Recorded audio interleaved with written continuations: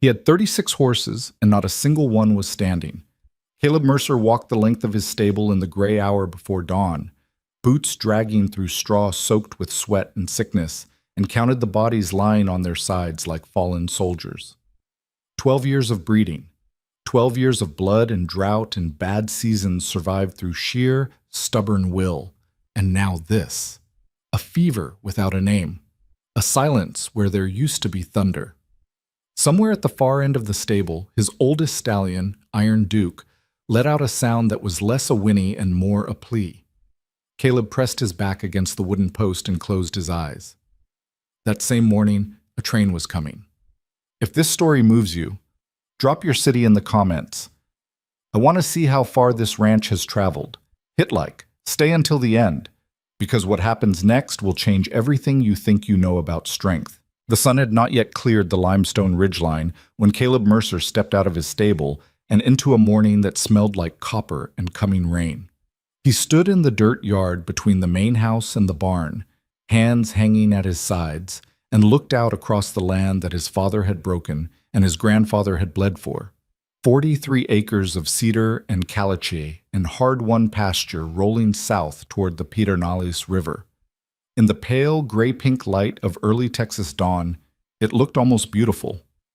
The way ruined things sometimes do when the light isn't yet strong enough to show you all the damage. He pulled off his hat and ran a forearm across his face. He hadn't slept. He couldn't remember the last time he had. Behind him, inside the stable, 11 horses lay on their sides in the straw. 3 more stood in their stalls with their heads hanging low, necks damp with fever sweat, legs trembling with the effort of staying upright. 2 had stopped eating entirely. 1, old Iron Duke, the stallion his father had foaled on a cold January night 22 years ago, had a cough that rattled like gravel in a tin can. 12 years Caleb had run this ranch alone.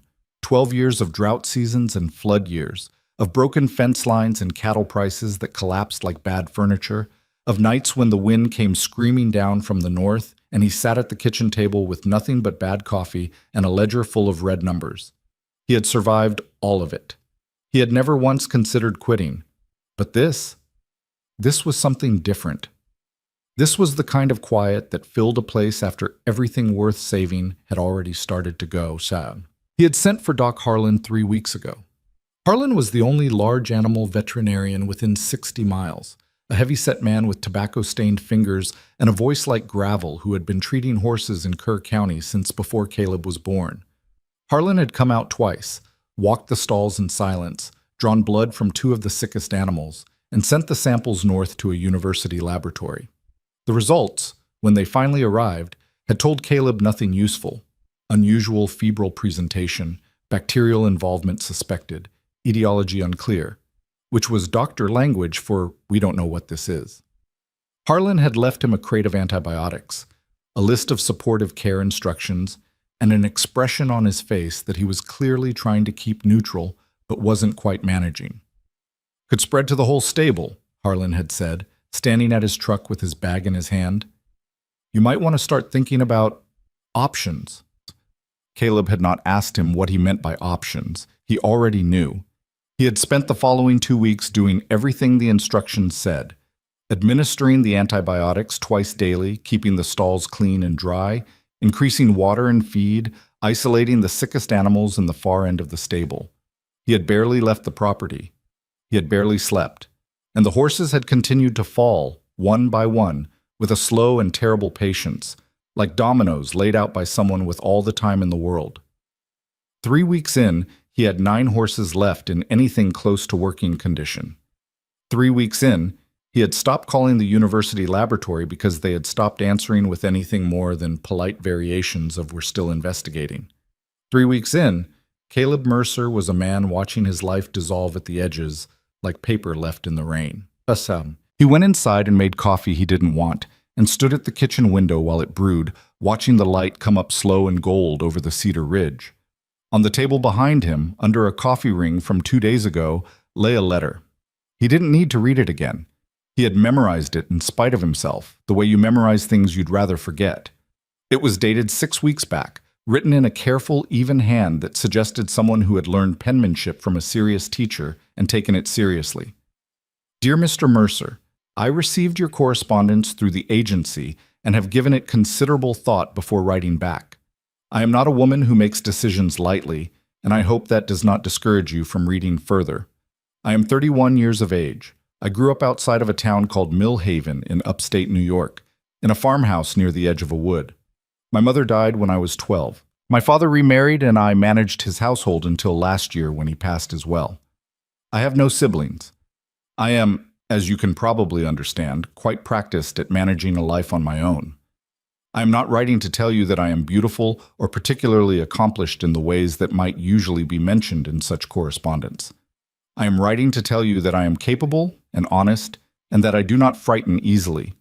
I have lived through hard winters and difficult seasons, and I have not found them to be entirely without value. If you are still interested, I am willing to come. I only ask that you tell me the truth about what you have to offer, not what you wish it was, but what it actually is. Regards, Eliza Hartwell.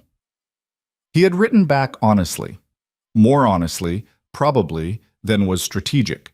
He had told her about the ranch, the size of it, the years of work, the debt that was almost manageable, and the years that were almost profitable.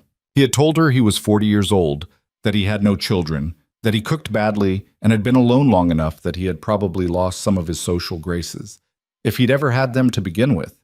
He had not told her about the horses. He hadn't known, yet, how bad it was going to get. Now, standing in his kitchen in the gray light of a morning that felt like a verdict, he looked at the letter and felt something shift uncomfortably in his chest. Something that was not quite guilt, but was close enough to it to make him set down his coffee and look away. The train from San Antonio arrived in Fredericksburg at 2 in the afternoon. That was, he checked the clock above the stove, 9 hours from now.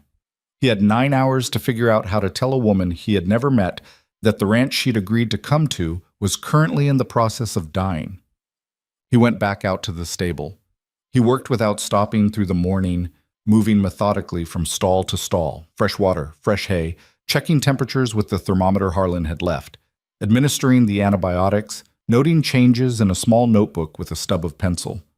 He talked to the horses while he worked, not because he thought it helped medically, but because the silence was worse.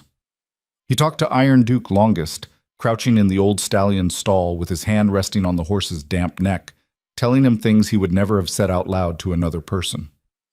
"You've been through worse than this," he said quietly, though he wasn't sure that was true. "You've got more in you. I know you do." Iron Duke's breathing was shallow and uneven. His great dark eyes were half closed, and the skin beneath his jaw was hot to the touch. He didn't lift his head when Caleb spoke, but the tip of one ear moved slightly, just enough to let Caleb know he was still hearing things, still somewhere in there behind the sickness. "Don't give up on me yet," Caleb said. "That's all I'm asking." He stood up slowly, his knees complaining the way they had started to do in the last year or two, and walked back out into the sunlight. Across the yard, his neighbor Walt Briggs was riding up the fence line on his gray quarter horse, the way he did 2 or 3 times a week out of some combination of genuine neighborliness and plain nosiness. Walt was 60-something, lean as jerky, with a white mustache and a habit of saying what he thought with no particular concern for whether you wanted to hear it. "Morning," Walt called, pulling up at the fence post.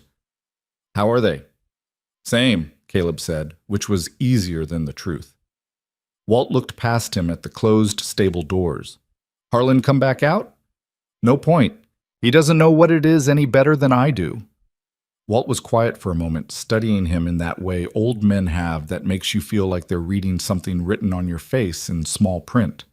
"You picked that woman up today?" 2 o'clock train." Walt adjusted his hat. "Hell of a time to be getting married, Caleb." "I'm not getting married today. I'm just picking her up." "You know what I mean?" Caleb looked at the fence post. "Yeah." "What are you going to tell her?" "The truth, I expect." Walt made a sound that might have been approval or might have been skepticism. With Walt, it was often hard to tell. "She know what she's walking into?" "No," Caleb said. "She doesn't." Walt looked at the stable again. Then he looked back at Caleb with something in his expression that was almost but not quite pity. more like the particular sympathy of one stubborn man watching another one refuse to fold. "Well," he said finally, "she might surprise you." He turned his horse and rode back along the fence line without another word. Caleb drove the 30-minute road into Fredericksburg in his truck with the windows down, the hot August air pouring through the cab and doing nothing to cool anything. The road wound through cedar and live oak, past limestone rock outcroppings and cattle gates with sun-bleached skulls wired to the posts, not as decoration exactly, but as a kind of honest frontier punctuation. This place is hard. These animals die here. So do people, if they're not careful. He pulled into the station lot 10 minutes before the train was due and sat in the truck, hat on his knee, watching a group of children chase a dog around the platform while their mother called after them in tired Spanish. He thought about what he was going to say. He had been thinking about it all morning and had not arrived at anything he was satisfied with. "The ranch is in trouble." "True, but thin. I should have told you in the letters. Accurate, but not a plan. I understand if you want to turn around." He kept coming back to this one and kept discarding it because some honest part of him didn't want her to, and he wasn't sure he had the right to that feeling given what he hadn't told her.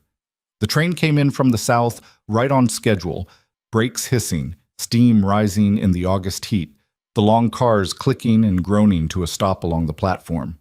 Caleb got out and stood by the truck with his hat in his hand, watching the doors.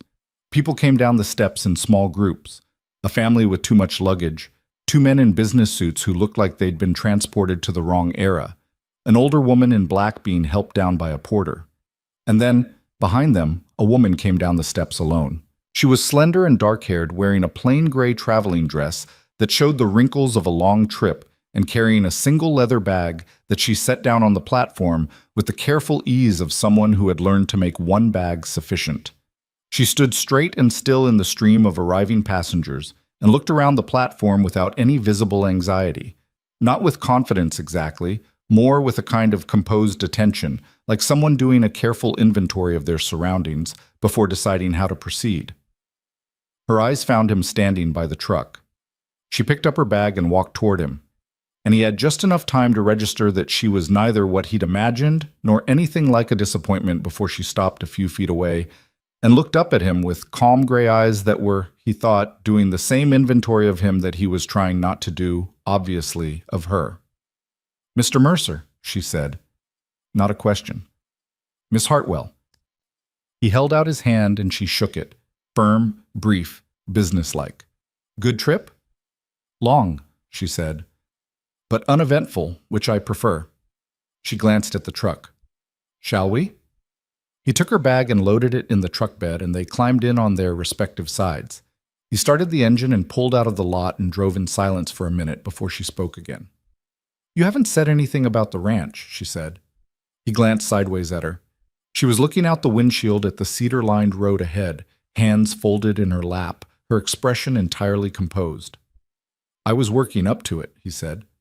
"Then work up to it now, please." "I've been on a train for 17 hours imagining every possible scenario. Whatever the truth is, it's probably easier than what I've been imagining." He found quite unexpectedly that something very slightly loosened in his chest. "The horses are sick," he said. She turned to look at him. "A fever," he continued, "started about a month ago. 11 of them are down. The vet doesn't know what it is. The university laboratory doesn't know what it is. I've been treating them with antibiotics and supportive care, and some of them are holding, but—" He stopped. He looked at the road. "Some of them aren't." Silence. Then, "How many horses total?" "Started with 36. 9 are still functional, 11 are critical." "What are the symptoms?" He frowned slightly at the road. "High fever, muscle weakness, loss of appetite, some respiratory involvement in the worst cases. Coughing, labored breathing, started with 2 animals and spread through the stable over about 3 weeks." She was quiet again. He waited for the look, the one he'd seen on people's faces when they grasped the full picture, the particular expression that combined alarm with the instinct to create distance. "Is the ranch financially viable?" she asked. "At this point?" "Barely," he said. "If I lose the rest of the herd, no." She looked back out the windshield. "All right," she said. He blinked. "All right?" All right, she repeated. I've heard worse.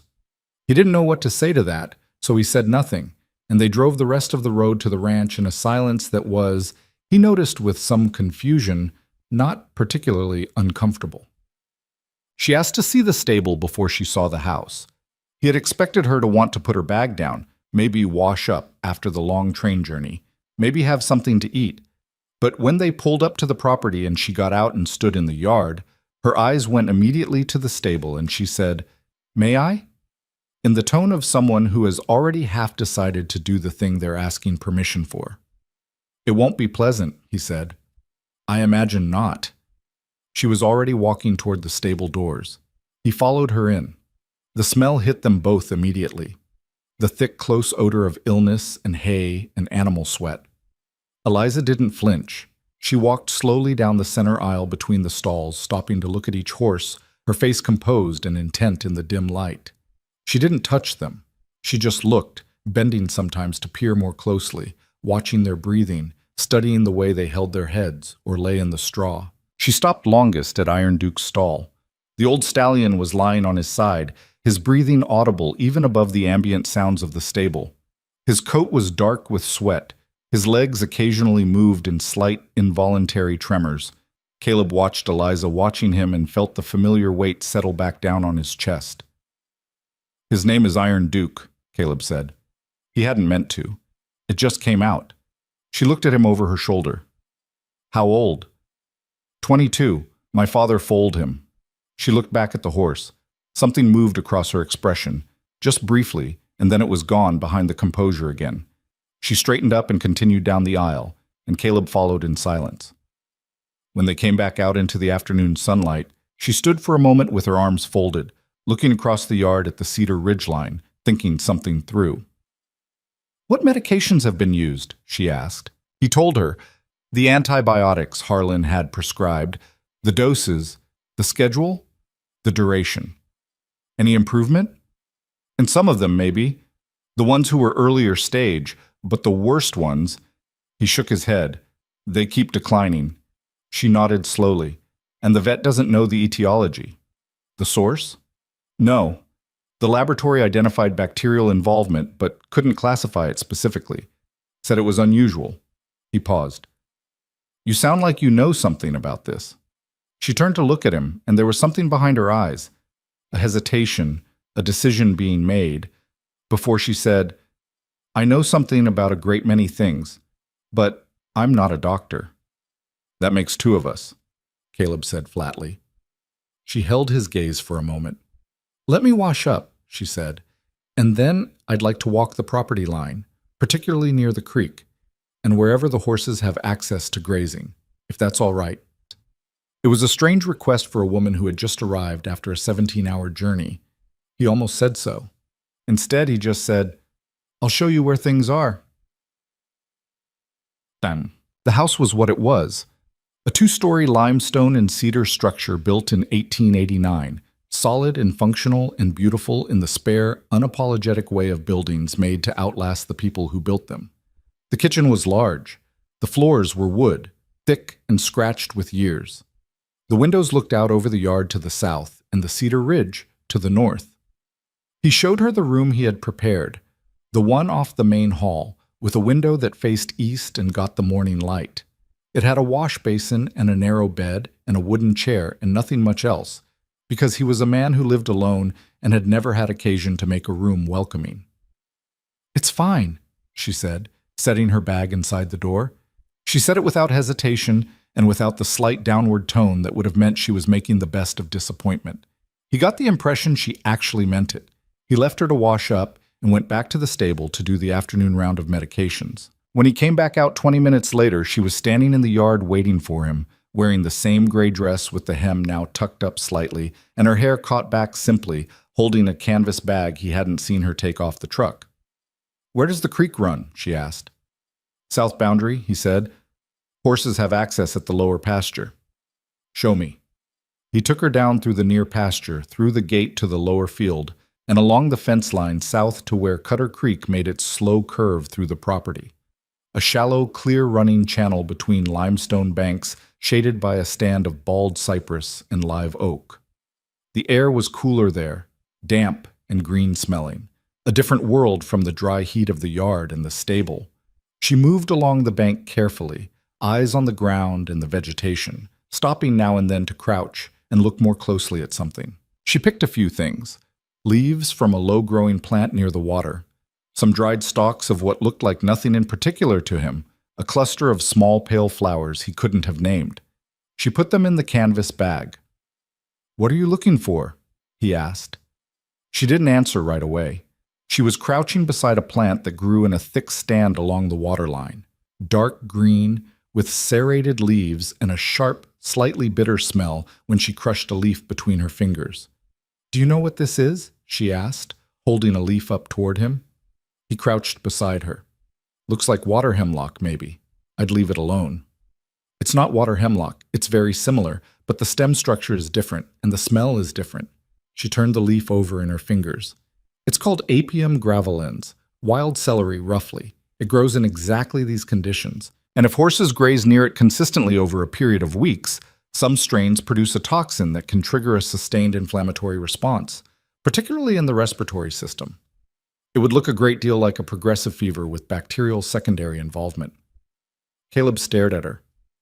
"You think they're being poisoned?" "I think they may have been ingesting something that their systems can't clear," she said carefully. "And the antibiotics would help with the secondary infection, but wouldn't address the primary cause." She stood up, folding the leaf into her bag. "It's a theory. I could be wrong." He stood up too. He looked at the plant, then at her, then at the plant again. "The lower pasture has access right up to this bank," he said slowly. "They've been grazing here all summer." "Yes," she said. "I suspected." He looked at her. "How did you know to look for this?" She tied the canvas bag carefully and looked out across the creek for a moment before answering. "My grandmother," she said. "She was a healer. That sounds more dramatic than it was.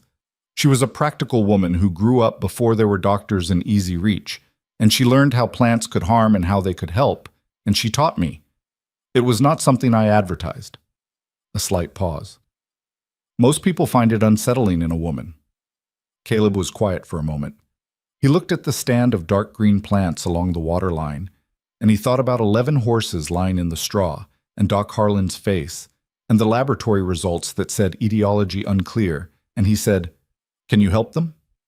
She turned to look at him directly, and there was something in her expression that was not quite confidence. Something more careful than confidence, more honest. "I don't know," she said, "but I'd like to try." That night, Eliza worked at the kitchen table until well past midnight. She had asked him, with a directness that he was still calibrating to, for a pot, a cutting board, clean cloth for straining, jars for storage, and to be left alone. He had provided all of these things, and then stood in the doorway for a moment watching her arrange the plants she'd gathered on the table with the focused attention of someone who had done this many times and knew what they were doing. "I'll check the stable at midnight," he said. "I'll be done before that," she said, not looking up. He went to the sitting room and tried to read, and couldn't.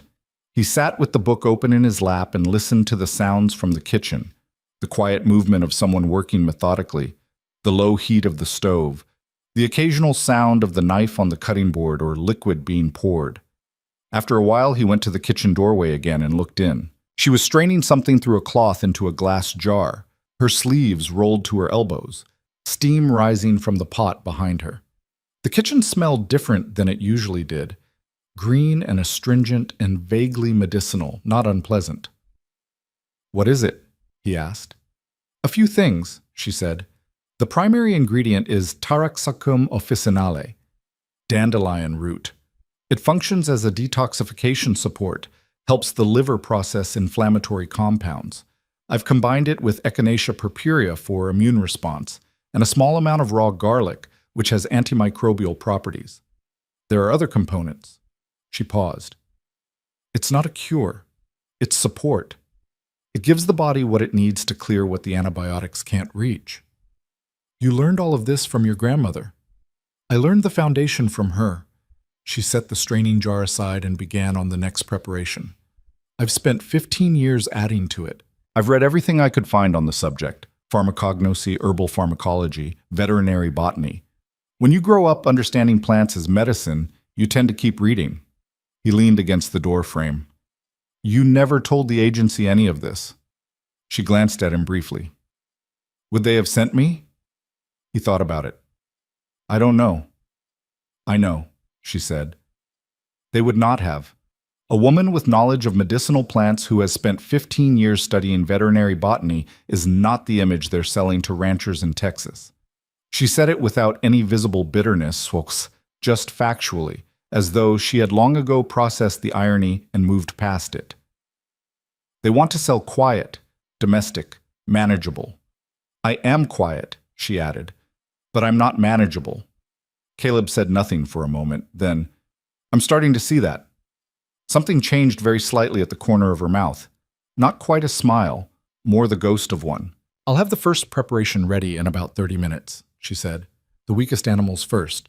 The ones who have the least reserve are the ones who need the most support, and they're the ones most likely to be lost without it. He nodded and pushed himself off the doorframe. I'll go get the stable ready. Mr. Mercer? He stopped. She was still working at the table, her back partially to him. I want to be clear about something, she said. I believe this will help, but I'm not promising anything. I need you to understand that. A brief pause. I won't tell you what you want to hear and leave you worse off for it. He looked at the back of her head, the dark hair, the straight shoulders, the steady hands working over the jars. I wouldn't ask you to, he said.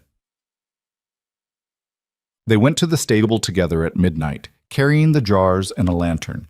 The horses breathed in the darkness around them, some ragged, some shallow, some with the slow, heavy rhythm of animals and the deep gravity of illness. Caleb held the lantern and Eliza moved through the stalls with the quiet surety of someone who had decided what needed doing and was doing it.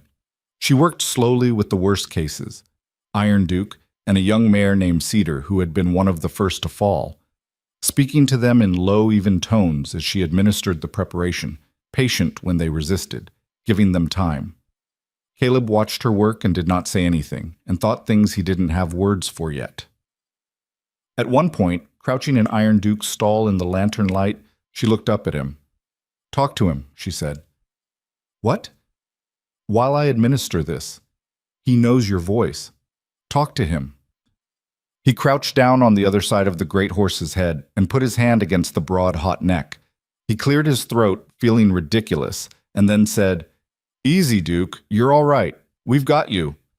His voice came out rougher than he intended. He kept going.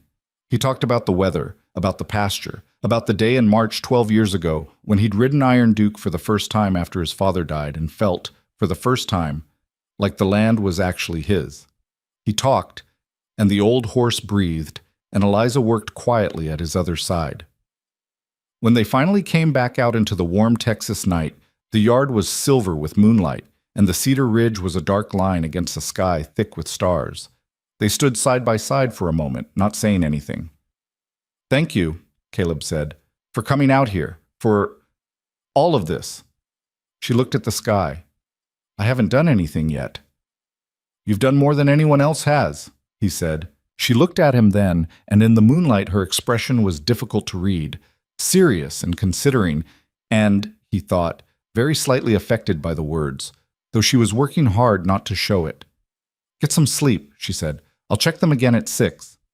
She walked back to the house, her footsteps quiet in the dry dirt, and Caleb stood in the moonlit yard and listened to the cedar ridge moving in the late-night breeze and felt something he hadn't felt in a very long time. Something small and fragile and too honest to be called hope yet, but close to it. Something that was learning to breathe. He put his hat back on and walked slowly back to the house, looking up once more at the vast, indifferent, beautiful Texas sky before he went inside. Behind him, in the dark stable, the horses breathed on. The first 3 days told him nothing he wanted to know. The horses did not improve. They did not worsen dramatically either, or at least not faster than before, but there was no visible sign that the preparations Eliza had worked through the night to make were doing anything at all. And Caleb moved through those days in a state of controlled tension that he kept carefully off his face and that cost him more than he would have admitted to anyone. He watched Eliza the way a man watches weather. Not obsessively, but constantly, in the peripheral way of someone who understands that the sky can change faster than you're ready for. She was up before him every morning, which he discovered on the second day when he came down the stairs at 5:15 to find the kitchen already warm and a pot already on the stove and Eliza gone, her boots absent from the mat by the door. He found her in the stable, moving through the stalls in the gray, pre-dawn quiet, checking temperatures with the back of her hand against each horse's neck, speaking to them in that low, steady voice that seemed to belong to no particular emotional register. Not cheerful, not clinical, just present and certain in a way that Caleb found, against his better judgment, quietly steadying. She did not tell him things were going well. She did not offer reassurances he hadn't asked for. Each morning when he came in behind her, she would give him a brief summary.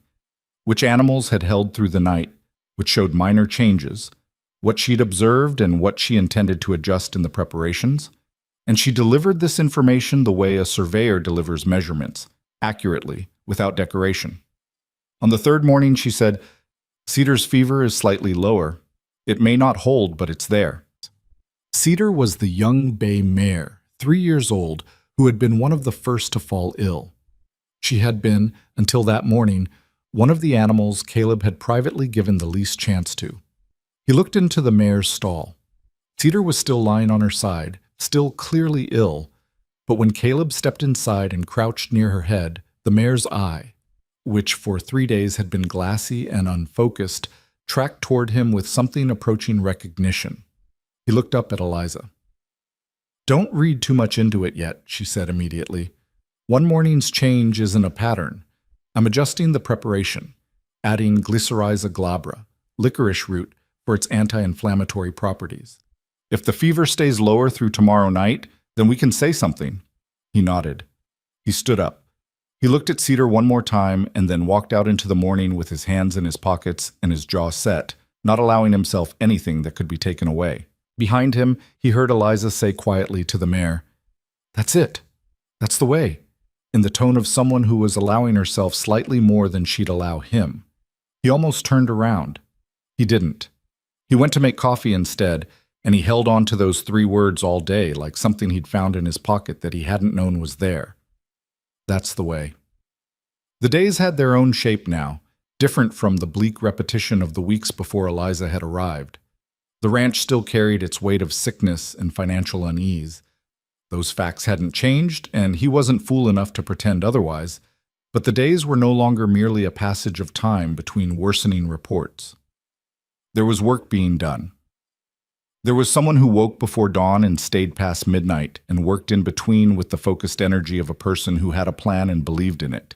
He began to understand, slowly and then all at once, that he had been alone for so long that he had forgotten what it felt like to not be. It was not comfortable exactly. He was a man who had built his life around self-sufficiency the way other men built houses, carefully, methodically, with an eye toward what would hold under pressure. Having someone else in the house, at the table, in the stable, asking specific questions and giving unadorned answers occupied a space in his daily existence that he hadn't realized was empty until it wasn't anymore. She cooked efficiently and well, which surprised him, though he wasn't sure why. She had told him she'd managed her father's household for years, and a woman who studied veterinary botany in her spare time was clearly not going to be defeated by a kitchen. They ate dinner together at the long table, usually in the evening light falling through the south windows, and talked about the horses. Always the horses. First, and then, gradually, other things. She asked about the ranch's history and listened to the answers with her full attention in a way that made him talk more than he was accustomed to. He told her about his father building the main house in the summer of 1889, about the drought years of the early 20s that had nearly wiped them out, about the decade he'd spent after his father's death, learning by hard experience what his father had always made look easy. She listened without filling the pauses, which was a quality he had not known he valued until he encountered it. In return, she told him about Millhaven, a small town in the river valley of upstate New York, cold and green and utterly unlike this land. She told him about her grandmother's house at the edge of the wood, about learning to identify plants on walks through the forest at an age when other girls were learning needlework, about the notebooks full of careful drawings and Latin names that she had kept since she was 9 years old, And that were, she told him without any self-consciousness, in the bottom of her bag right now. You brought them, he said. I always bring them, she said. They're the most important thing I own. He thought about that. He thought about a woman packing for a journey to marry a stranger in a state she'd never been to, choosing what to take and what to leave, and putting those notebooks, not jewelry, not letters, not photographs, in the bottom of the bag first. He thought he was beginning to understand something about her that was either very simple or very complicated, and he wasn't sure yet which. On the fourth night, she was at the kitchen table again until past midnight, and this time he didn't go to the sitting room. He stayed at the other end of the table with a cup of coffee and the ranch ledger that he'd been avoiding for 2 weeks, and they worked in silence on their separate problems while the August night pressed warm and thick against the windows and the kitchen smelled of licorice and something else, green and slightly bitter, that he was beginning to associate with the specific quality of cautious hope. At some point, she looked up from her preparations and said, without preamble, "You should fence off the lower pasture from the creek bank." He looked up. How far back? 15 feet from the water line at minimum, enough that they can't reach the apium stand, even stretching. The plant grows in dense patches, so 15 feet should clear the primary area. He made a note in the ledger margin. I'll do it tomorrow. It won't help the ones who are already sick, but it will stop any of the healthy animals from getting worse. And when these recover, she paused almost imperceptibly on that word, they'll be grazing down there again. You don't want to be back here in 6 months. When, she had said, not if. He noticed. He didn't say anything about it, and neither did she, and they went back to their separate work, and the night moved around them slow and star-filled and unhurried. He spent the better part of the following morning building the fence section along the creek bank. New cedar posts driven in the heavy limestone soil, 3 strands of wire, the work satisfying in the way that physical labor is when it's directed toward a clear and specific purpose. Walt Briggs appeared at the fence line around 10 o'clock, as he so often did, and sat on his horse watching Caleb work with an expression of mild philosophical curiosity.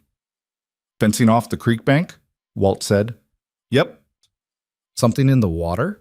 Something along the bank. Plant toxin, maybe. That's the theory. Walt was quiet for a moment. Then, your woman came up with that? Caleb drove the next post in 3 solid strikes and moved down the line. Her name is Eliza. I know her name. I'm asking if she came up with the theory. She did. Another silence. Walt repositioned his hat. Harlan know this? Not yet. You gonna tell him? Caleb straightened and looked at his neighbor. I'll tell him when there's something to tell. Right now it's a theory. When the horses start getting up, then it'll be something. Walt studied him for a moment with that long, weathered assessment. She's not what I expected, he said finally, from what you told me in your letters. I didn't tell you much. No, but I could tell from what you didn't say. He pulled gently on his reins. You look different this morning, Caleb. When I rode past the stable. Caleb didn't answer that. He went back to the fence. He heard Walt turn his horse back along the ridgeline, and after a moment the old man's voice came drifting back, not unkindly. It's all right to let something help you, you know. Caleb drove the next post in without answering, but he thought about it the rest of the morning. The shift, when it finally came, arrived not with drama, but with the quiet insistence of water finding its way through limestone. Slowly, certainly, in ways you didn't notice until you suddenly looked up and things were different. Cedar stood up on the 5th day. Not strongly, not with anything you could call steadiness, but on her own 4 feet with her head at normal height and her eyes clear and tracking, eating hay from the rack in slow, considered mouthfuls. Caleb had gone in to do the morning round and stopped 3 feet inside the stall and just stood there, not moving, the way you stop when you've been expecting bad news so long that good news briefly doesn't compute. Hey, he said to the mare. Cedar flicked her ear at him and went back to the hay. He walked out into the morning. He didn't say anything. He went to the east side of the stable and sat on the water trough with his forearms on his knees and looked at the cedar ridge for a long moment. The sun was still low, throwing long gold light across the dry grass of the near pasture, and somewhere in the live oak stand, a bird was going through a complicated sequence of notes with the complete dedication of something that has no idea. It has an audience. He heard the stable door open, and Eliza came and stood beside him. She had already been in to see Cedar. She was always ahead of him. Always. She didn't say anything either. She stood with her arms folded, looking at the same ridge he was looking at. After a while, he said, "What changed? What specifically?" "The combined preparation," she said. "The detoxification support helped the liver begin clearing the accumulated toxin. The anti-inflammatory compounds reduced the fever enough that the immune response could start functioning effectively again. The antibiotics were already addressing the secondary bacterial involvement. When all three things worked in combination," she paused, "the body can do the rest, when you give it what it needs. And the others? The others will follow, if they follow Cedar's pattern. Not all of them at the same rate. Iron Duke," she stopped. "Iron Duke has had the longest exposure, and he's the oldest. His reserves are the lowest. He'll take longer." Caleb nodded. He kept his eyes on the ridge. "But he has a chance," she said. "He has more of a chance than he had 5 days ago." That was all she gave him, and it was exactly enough. Not more than she could stand behind. Not less than was true. He had been given promises his whole life that dissolved on contact with reality, and he had learned to value a person who measured their words against what they actually knew. "All right," he said. He stood up. "What do you need today?" She handed him a folded piece of paper. A list, written in the same careful, even hand as the letter that had started all of this, with plant names in both Latin and Common English and specific notes about where to find them. "The creek bank south of the fence I had you build," she said, "and the hillside above the east pasture. There's a slope with good sun exposure. You'll find echinacea growing wild there this time of year. And the dry ravine below the limestone shelf," she pointed southeast. "That's where I found the Taraxacum concentration." He looked at the list, then he looked at her. "You've been mapping the property." "I've been learning it," she said. "It's not the same thing." He folded the list and put it in his shirt pocket. He went to get a canvas bag from the barn and his truck keys from the kitchen hook, and he spent most of the morning walking the property in the growing August heat, gathering the plants on the list with more care than he would have imagined himself capable of a week ago, because he understood now what each of them was for and what would happen if he got it wrong. It was, he thought, not unlike working with horses. You couldn't force the thing. You had to learn to see what was there and work with it, not against it. By the time he got back to the house, a second horse was standing, then a third by evening. He came into the kitchen at sunset to find Eliza at the table with one of her notebooks open. Not writing, just looking at a page covered in small drawings of plants with handwritten annotations crowding every margin. She looked up when he came in, and he saw something on her face that she didn't quite manage to rearrange before he caught it. Relief. Pure, private, slightly overwhelmed relief. She caught him seeing it and put it away again. 3 standing, he said. 4, she said. The gray one at the end. I think he calls himself Storm, she added, and Caleb blinked because it was the first time she'd made any remark that could be called a joke.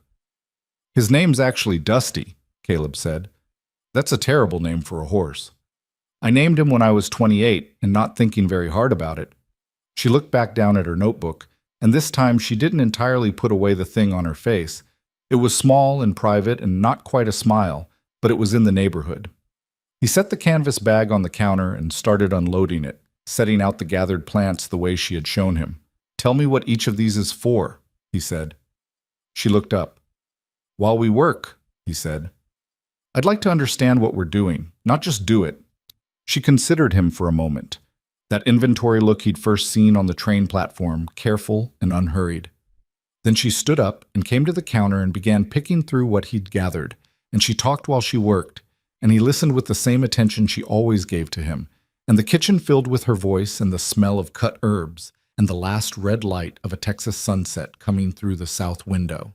He learned that evening about the relationship between the liver and systemic toxin exposure, about the difference between an anti-inflammatory and an antimicrobial, about why wild plants growing in a specific soil chemistry had specific properties that their cultivated cousins often lacked, about why his grandmother, or rather Eliza's grandmother, had always said that the land wants to heal what it harms, if you know how to ask it. He learned other things too, smaller things, that he filed away without comment. That she moved her lips slightly when she was working through something complicated in her head. That she used her hands when she explained things. That her composure, formidable and genuine as it was, had a kind of warmth underneath it that she kept carefully banked, the way you keep a fire banked against the cold, not because you want less heat, but because you've learned to be careful with it. He thought about what she'd said on the creek bank. Most people find it unsettling in a woman.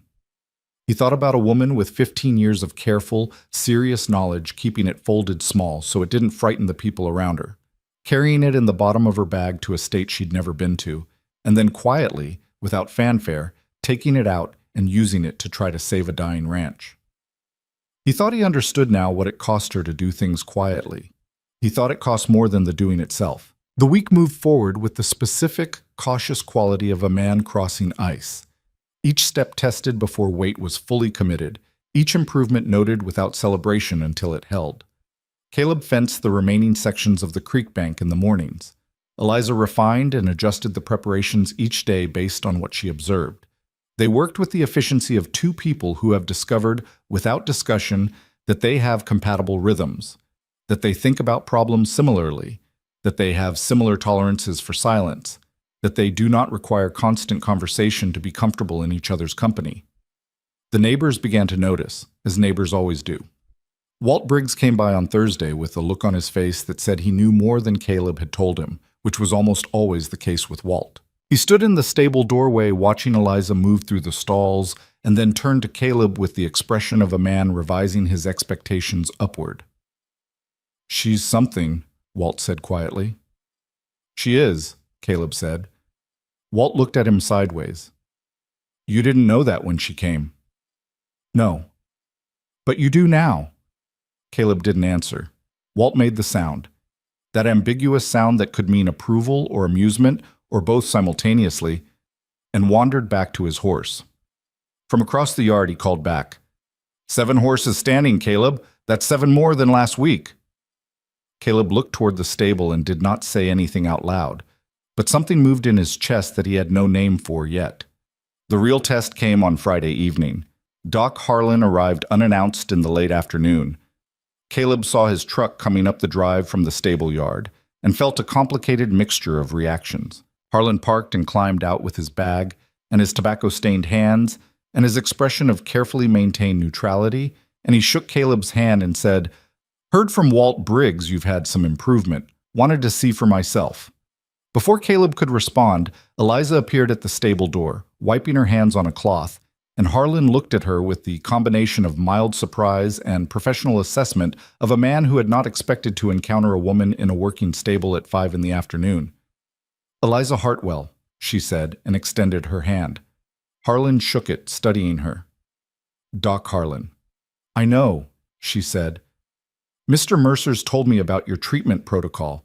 I've been working alongside it." Harlan glanced at Caleb, then back at Eliza. "Working alongside it how?" And she told him. She told him calmly and completely. The plant identification along the creek bank, the toxin hypothesis, the preparations she'd developed, the daily adjustments, the observable improvements. She gave him the information the way she gave Caleb information, accurately, without hedging but also without overstating, acknowledging what she didn't know alongside what she did. Harlan listened with his arms folded and his eyebrows doing something complicated, and when she finished, he was quiet for a long moment. "Opium graveolens," he said, "a specific variant. The stem structure is distinct from water hemlock, which is what Mr. Mercer initially identified it as. The toxin profile would be consistent with the inflammatory presentation you documented. I didn't find any plant toxin in the blood work I sent north." "You were looking for bacterial pathogens," she said. "The standard panel wouldn't screen for plant-derived inflammatory compounds. It's not a common presentation." Another long silence. Harlan looked at Caleb, then at the stable, then back at Eliza with the expression of a man who is doing several things at once internally and keeping most of them off his face. "I'd like to see the animals," he said. They went in together, and he walked the stalls in the same silence he always used, but this time the silence had a different quality. More active, more alert. 7 horses were standing. 3 more showed significantly reduced fever. Iron Duke was still down, but his breathing was deeper and more even than it had been. And when Harlan crouched beside him and ran practiced hands along his neck and chest, the old stallion shifted slightly and pushed his nose toward the contact. Harlan stood up and looked at Eliza. "Tell me about the glycyrrhiza glabra preparation," he said. And she told him, in the same level voice, with the same careful precision. They talked for an hour in the stable doorway, Harlan asking, Eliza answering, occasionally Caleb contributing something logistical. And as the conversation went on, Caleb watched Harlan's posture change by degrees, almost imperceptibly, from the closed, professional caution of a credentialed expert encountering a claim he hasn't validated yet, to something more open, more engaged, something that in a less taciturn man might have been called curiosity, verging on respect. When Harlan finally left, he shook Eliza's hand again at his truck and said, "I'd like to come back on Monday and take fresh blood panels. If the toxin hypothesis holds, I want to document it properly." "I'll have my preparation notes ready for you," she said. He nodded once, a compact, professional acknowledgement, and got in his truck. Caleb walked back from the drive with Eliza beside him, the sun going down red and thick over the Cedar Ridge. He had the strange feeling of having watched something significant without fully grasping, yet what category of significant it belonged to. "He believed you," Caleb said. "He's a good doctor," she said. "Good doctors follow the evidence." "He came in doubting you." "Of course he did." She said it without any edge. He was correct to. A woman with no medical credentials telling a licensed veterinarian that his diagnosis was incomplete and his treatment was missing a primary component. Skepticism was the appropriate response. A pause. What mattered was the horses. They reached the stable and stopped in the yard. The evening star was coming up over the east ridge, brilliant and solitary in the darkening sky. From inside the stable came the solid, deeply ordinary sounds of healthy horses moving. The shift of weight, the scrape of a hoof, the slow, satisfied sound of an animal eating. 7 horses standing. On Monday, Harlan was coming back with blood panels. And Iron Duke, the ancient and irreplaceable, was breathing steady in the dark. Eliza stood beside him, looking at the ridge with her arms loosely at her sides. And he was aware of her the way you become aware of something that has been there long enough to stop being a surprise and start being a fact. The way you become aware, late in the autumn, that the light has changed, and you understand that the season has shifted without you noticing the moment of it. He thought about what Walt had said. It's all right to let something help you. He thought about the letter on the table, with its careful handwriting and its honest words. I am not writing to tell you that I am beautiful or particularly accomplished. I am writing to tell you that I am capable and honest, and that I do not frighten easily.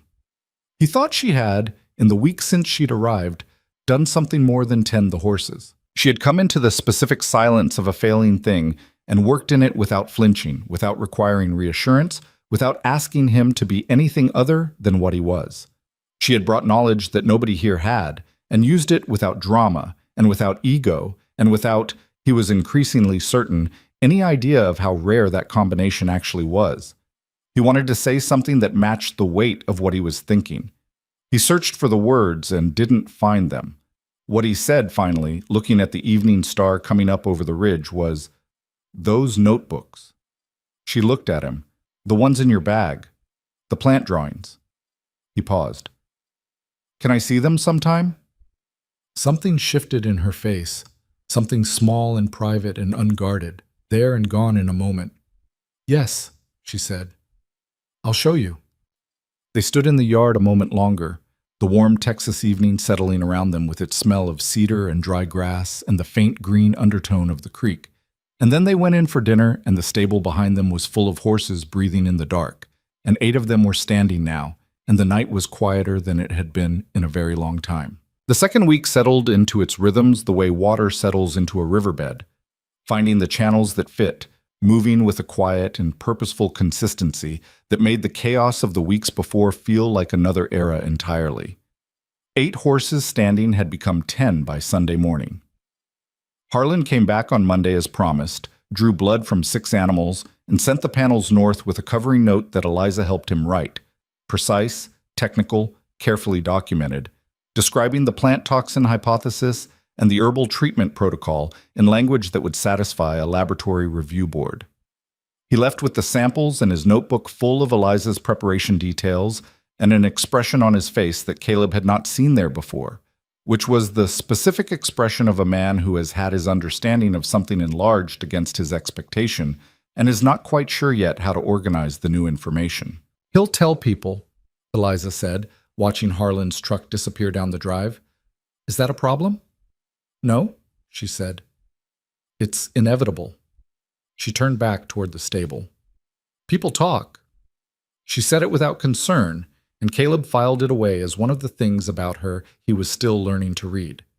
The difference between the things she said flatly, because they were simply true, and the things she said flatly to close a subject she didn't want to dwell on. This, he decided, was the former. Iron Duke was still down.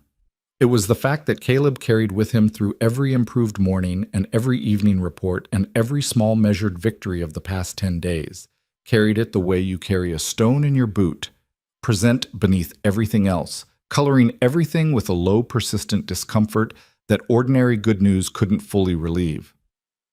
The old stallion was better than he had been.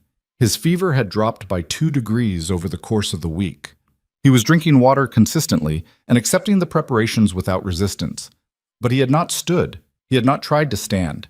He lay in the deep straw of his stall with his legs folded under him or stretched out to the side and looked at the world from that low angle with dark, patient eyes. And Caleb visited him 4 times a day and talked to him the way he'd talked to him that first midnight, and waited. "Why won't he try?" Caleb asked Eliza on Tuesday evening. They were in the stable together for the last check of the night, and he was crouching beside Iron Duke while she stood at the stall gate with the lantern. "He may be waiting until he's certain he can," she said. "Old animals are careful about that. They know their bodies. They don't attempt what they're not ready for." "Or he's given up." "He hasn't given up." She said it with more certainty than he expected. "His eyes are too alert for an animal that's given up." Caleb looked at the stallion's eyes, dark and deep-set, and as she said, undeniably present, watching him with the ancient, knowing patience of an animal that has lived through 22 winters and understands something about endurance that no one has ever been able to explain in plain language. "You're going to stand up," Caleb told him. "When you're ready, I'll be here." Iron Duke's ear moved.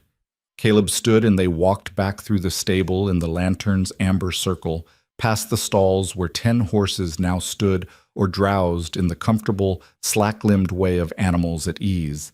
And he noticed, as he always did, the difference. The quality of the air, the quality of the sounds, the shift from the stale, heavy atmosphere of sickness to something cleaner, livelier, more like what a stable was supposed to feel like. It was not complete. It was not finished. But it was different in a way that he felt in his chest rather than saw with his eyes. Outside, the sky was doing something. He noticed it when they came out of the stable, a quality of the darkness to the south and west, a pressure in the air that was different from the usual August night, thicker and more electric, the specific stillness that sometimes came before things changed. "Weather coming," he said, looking at the sky. Eliza stood beside him and looked south. "How bad?" "Don't know yet. Could be nothing. Could be a line storm." He scanned the horizon, where the stars were still visible to the east, but the south was an uninterrupted dark, with a strange greenish undertone low on the horizon. "I'll check the radio before bed." She nodded and went in. He stood in the yard another few minutes, watching the south sky with the particular alertness of a man who has spent his whole life reading weather and knows that the Texas hill country can conjure a storm from a clear night in the time it takes to fall asleep. The radio confirmed it at 10 o'clock. A severe weather system was tracking northeast out of the Edwards Plateau. The announcer's voice crackled through static with words like significant wind event and heavy rainfall and possible structural damage and residents advised to secure property, and was expected to arrive somewhere in Kerr County between 3 and 5 in the morning. He knocked on Eliza's door. She opened it almost immediately, which meant she'd been awake. "Line storm," he said. "Due between 3 and 5. I need to spend the next few hours securing the property." He paused. "The stable roof has a weak section at the north end. Ridgeboard's been giving me trouble since spring. I've been meaning to get up there and reinforce it. Didn't. He looked at her evenly. If this storm is what the radio's saying, that section could go. He watched her process this. Not with alarm, she processed everything through the same cool, analytical layer, but with the sharpening of attention that meant she understood the implications. The sick horses are in the north end of the stable, she said. Iron Duke's stall is directly below the weak section. A brief silence. Tell me what to do, she said. He told her. They worked through the night together, and in the years that came after, when Caleb thought about the kind of person Eliza Hartwell was, he thought about those hours before the storm, the way she worked without being asked twice about anything, the way she solved problems as they arose without requiring his direction, the way she carried herself through the rising wind and the pressure shift and the first distant thunder with the compact, purposeful energy of someone who had decided exactly what they were going to do and was doing it. He shored up the fence sections most vulnerable to wind damage. She moved the portable medical supplies from the stable's north room to the main house kitchen, all the prepared jars, the remaining dried plants, the equipment, working in 2 careful trips with everything wrapped and secured against the rising air. He brought extra straw into the stalls and checked the fastenings on every gate and door. She went stall by stall in the weak beam of her lantern, checking each horse, speaking to each one, making small adjustments to water and feed that Caleb would not have thought to make, but that she performed with the unhesitating certainty of someone following a known protocol. They met back in the stable yard at midnight, and the south sky was no longer green-tinged and distant. It was close, and it was solid, and it was moving. The roof section, she said, looking at the north end of the stable. I've done what I can from inside. The ridge board needs to be reinforced from above, which I can't do in the dark with a storm coming. He looked at it. If the wind gets under that section, the whole panel could lift. And if it does? Rain in the stalls could drop temperature in the sick horses fast enough to send them back into crisis. He paused. Iron Duke especially. She looked at the roof for a moment. Then we need to be there when it happens, she said, and be ready to move fast. That's what I was thinking. Then let's go in and wait. They went inside and sat at the kitchen table with the lantern between them and the radio on low, and the storm built outside with the gathering purposefulness of something that had been a long time coming. The wind rose in stages, first a low directional pressure from the southwest, then gusts that rattled the south windows and moved through the cedar outside with a sound like breathing. Then, around 2 a.m, a sustained roar that was the front arriving proper, bringing with it the first hard slap of rain against the glass. Caleb got up and looked out the south window. He could see the stable in the lightning, brief, white, total illumination. And in those split-second images, he could see the north roof section holding, and then, in the third flash, the edge of it lifting slightly at the corner like the page of a book caught in a draft. It's going, he said. She was already at the door with her boots on. What happened in the next 4 hours was the kind of thing that strips away everything that isn't essential and shows you exactly what's underneath. They ran across the yard in the rain, which was not falling straight down but sideways and in shifting curtains that hit them like thrown water, the ground already running with it, the yard turned to mud under their feet.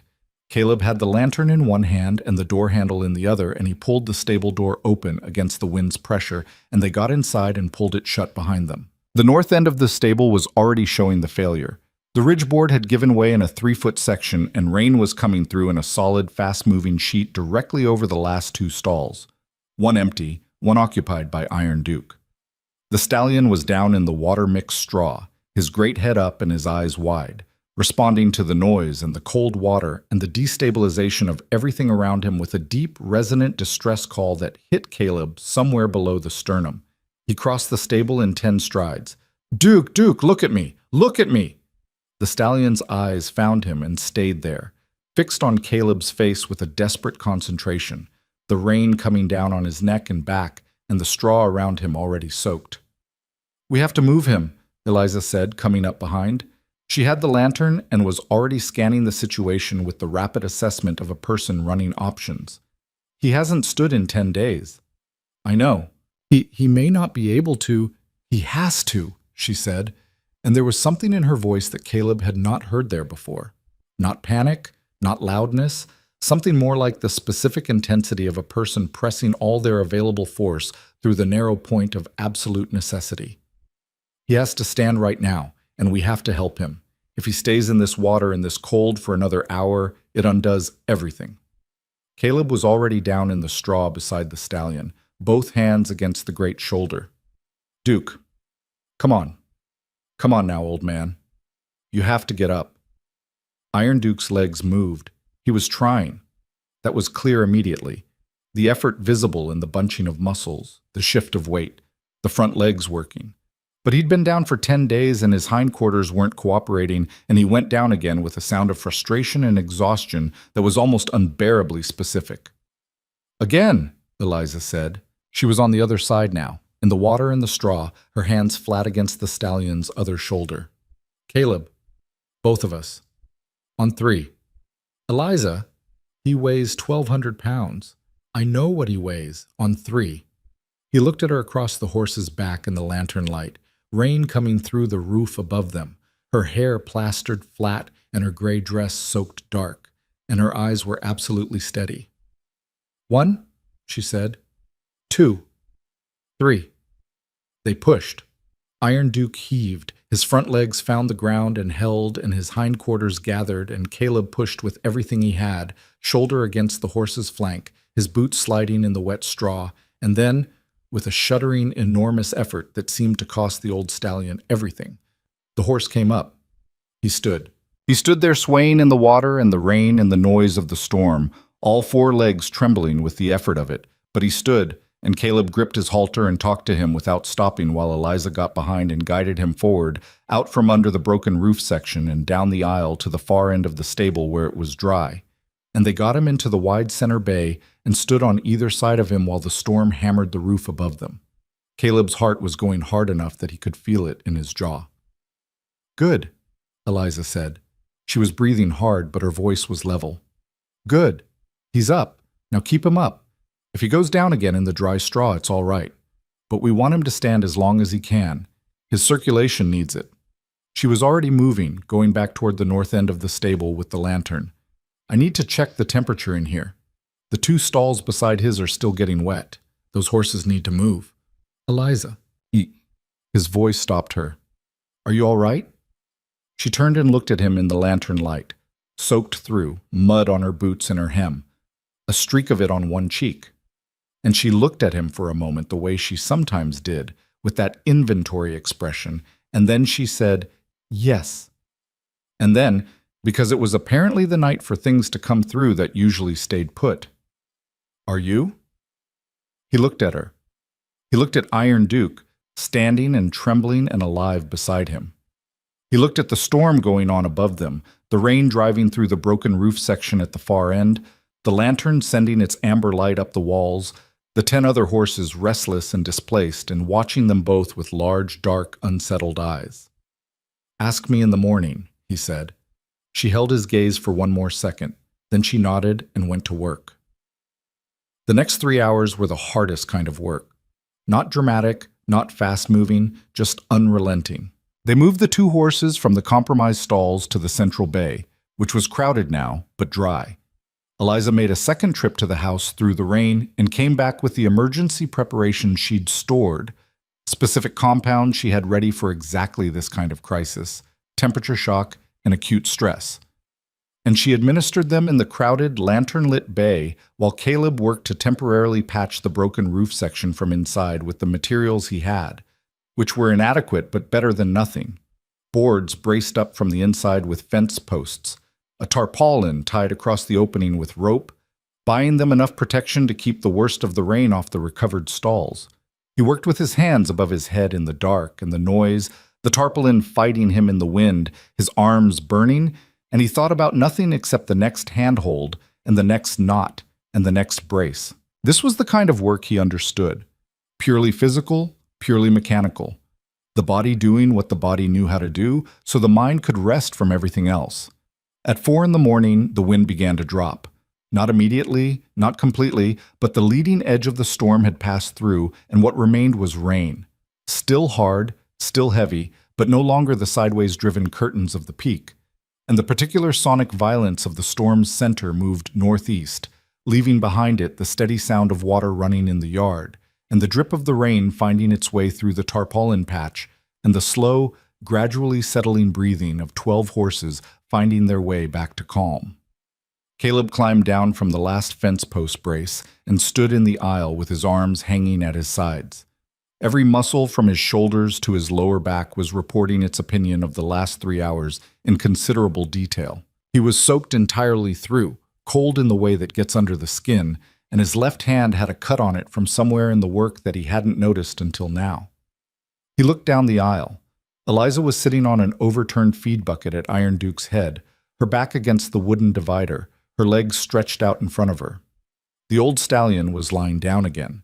She had let him go down 20 minutes ago when it was clear his legs had done what they needed to do.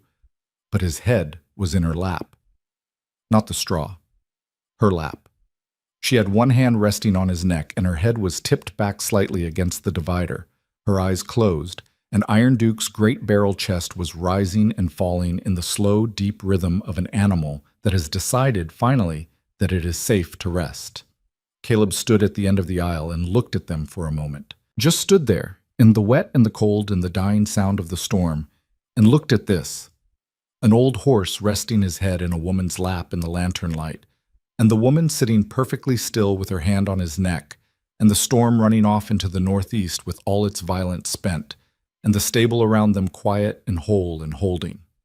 He walked down slowly and sat down on the other side of Iron Duke's head, his back against the opposite divider, and he didn't say anything. He put his hand next to Eliza's hand on the stallion's neck and felt the warmth still there, still fighting, still present, still the specific warmth of a living thing that intended to stay living. After a while, Eliza said, without opening her eyes, "The patch will hold until morning." "Yeah. The 2 horses from the north stalls. They should be rechecked at 6. Stress response can delay temperature drop." "I know." A pause. "He stood up," she said. "He did." "He was waiting until he had to." Another pause. "I think he knew." Caleb looked at Iron Duke's face in the lantern light. The long jaw, the closed eyes, the relaxed ears, the expression of absolute peace that horses get when they've come through something hard and found rest on the other side. "Maybe," Caleb said. The rain continued outside, steady and ordinary now, the kind of rain that the land needed and had been waiting for. It drummed on the stable roof and ran in the gutters and moved across the yard in the darkness. And inside it was warm and amber lit and smelled of straw and horses and the faint medicinal green undertone that Caleb had come to associate with something being healed. He became aware, gradually, that he was exhausted in a way that went deeper than the body. A 3-week exhaustion, a 12-year exhaustion, the specific depletion of a man who had been holding something up by sheer will for so long that he'd forgotten the holding was optional. The storm had come and done its damage, and they had met it, and the horses were still here, and Iron Duke had stood and Eliza had set on 3 in a voice like a fact, and they had gotten the horse up together in the rain and dark and noise, and now it was 4 in the morning and the storm was leaving, and he was sitting in a stable with a woman he had known for 10 days with their hands side by side on his horse's neck. He thought about a lot of things in those few minutes. He thought about his father foaling Iron Duke on a January night 22 years ago, his breath misting in the cold, crouched in the straw, with the same patient, watchful attention that Caleb had been watching in Eliza all week, and that he now recognized as a family resemblance to something inside himself. He thought about the letter on the kitchen table, "I do not frighten easily," and the woman who had written it sitting across from him right now, with mud on her cheek, and her boots soaked through, and her hand on his horse's neck, and he thought that the letter had been accurate in every particular, but had somehow still failed to convey the whole picture. He thought about what Walt had said. "It's all right to let something help you." He thought, "This is not just something helping me." He thought, "I don't know what this is yet, but it's not that." He didn't say any of it. He sat in the straw with the rain outside and the lantern between them and Iron Duke, breathing slow and deep under their hands, and the night finished itself around them quietly. At some point, he became aware that Eliza's breathing had also changed, slower, evened out, and he looked across and found her asleep, still leaning back against the divider with her hand still resting on the horse's neck, her face in the lantern light entirely unguarded for the first time since he'd known her. The composure was still there, even in sleep. She was not a person who came undone, even unconscious, but it was softer. The careful banking was off. What was underneath looked like exhaustion and determination in equal measure, and something else, something he had been catching glimpses of all week that he thought might be the specific contentment of a person who is finally exactly where their particular set of skills and knowledge and hard-won experience is needed. He didn't wake her. He adjusted the lantern. He checked Iron Duke's breathing one more time. Still deep, still even, the fever sweat cooling to a normal warmth. He leaned his own head back against the divider and closed his eyes, and the stable held them there, all three of them, while the storm ran its last miles northeast and the rain settled into the easy, purposeful fall of a country getting what it's been waiting for. Dawn came the way it comes after hard weather, scrubbed and clear and sharp-edged, the world looking as though someone had taken it apart in the night and put it back together with more care than usual. The light that came through the stable's east window was clean and golden and fell across the stall in a long, warm bar that moved across the floor as the sun climbed. And when it reached Iron Duke's face, the stallion lifted his head. Caleb was awake. He'd been dozing in and out since 5 and fully awake since 5:30.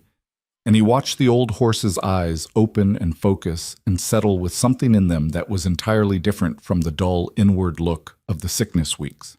This was alert. This was the specific, focused attentiveness of a horse taking account of his surroundings and finding them satisfactory. Iron Duke moved his front legs. He gathered them under him. Caleb reached across and put a hand on Eliza's arm, and she came awake instantly, the way she seemed to do everything. Completely, without transition. Her eyes went immediately to the horse. Iron Duke stood up. He rose from the straw with more steadiness than anyone had a right to expect after 10 days down and a storm and a force standing in the middle of the night. Rose and stood there in the bar of morning light with his head up and his ears forward, looking down the aisle with the proprietary attention of a horse, examining the domain he considers his personal responsibility. He was thin. He was still not the horse he had been, but he was standing in the morning light with his head up and his eyes bright. And the bar of sunlight caught the old darkness of his coat and made it glow deep reddish-brown the way it used to, and Caleb made a sound that he would later be unable to describe. Eliza said nothing. She pressed the back of her wrist hard against her mouth and said nothing. Caleb stood up and put both hands on either side of Iron Duke's face and looked the old horse in the eye, and Iron Duke looked back at him with the patient, knowing expression of an animal that has decided it is not done yet. And Caleb said, in a voice that came out rougher than he had any control over, "There you are." Iron Duke pushed his nose into Caleb's chest. Outside, through the stable doors that Caleb had opened at first light to let in the clean post-storm air, the yard was wet and glittering in the early sun, the cedar ridge dark green against the clear-washed sky, the limestone outcroppings glistening. The broken fence section from the storm lay in the east field, and the stable's tarpaulin patch was hanging half-free from last night's work. And there was an enormous amount of repair to be done and a difficult week still ahead, and the financial picture of the ranch had not changed overnight into something comfortable. None of that had gone away. But Caleb Mercer stood in his stable in the morning after the storm with his hands on his old horse's face, and the woman who had come on the 2 o'clock train standing behind him with her wrist pressed to her mouth and her eyes bright, and 12 horses were present and alive, and most of them were standing, and the storm had done its worst, and they had met it together, and Iron Duke was up. It was enough. It was more than enough. It was the morning of everything that came next. The morning after the storm, Caleb fixed the roof. He was up on the stable's north end by 7, the August sun already climbing and the wet cedar shingles steaming in the heat, replacing the broken ridgeboard section with lumber he'd had in the barn since spring, doing the work he should have done months ago with the specific, methodical focus of a man making good on a debt to himself. Below him, through the open stable doors, he could hear Eliza moving through the stalls. The familiar low voice, the sound of water, the particular quality of morning routine that had become, in 2 weeks, as much a part of the ranch's daily texture as the birds in the live oak or the creak of the gate in the south fence. Iron Duke was standing when Caleb climbed down at 9 o'clock. Still standing. Had been standing, Eliza reported, since she'd opened his stall at 6. He had eaten, not much, and not with the appetite of a fully recovered horse, but deliberately and steadily, in the unhurried way of an animal that has decided it intends to continue. She had watched him without expression while she told Caleb this, but her hands were very still in front of her, which Caleb had come to recognize as her version of something she was working to contain. "How much did he eat?" Caleb asked. "About a third of a normal portion. That's more than he's eaten in 2 weeks. Yes." He looked at her. She looked back at him with those level gray eyes, and for a moment something moved between them that neither of them named, and then she turned back to the stable and he went to get clean clothes and coffee. The day had the quality of aftermath, that particular combination of physical exhaustion and odd lightness that comes when a thing you've been dreading has finally happened and turned out to be survivable. There was damage to assess and repair, the roof section, now fixed. A fence panel in the east field that the wind had taken down entirely, which he spent the afternoon rebuilding.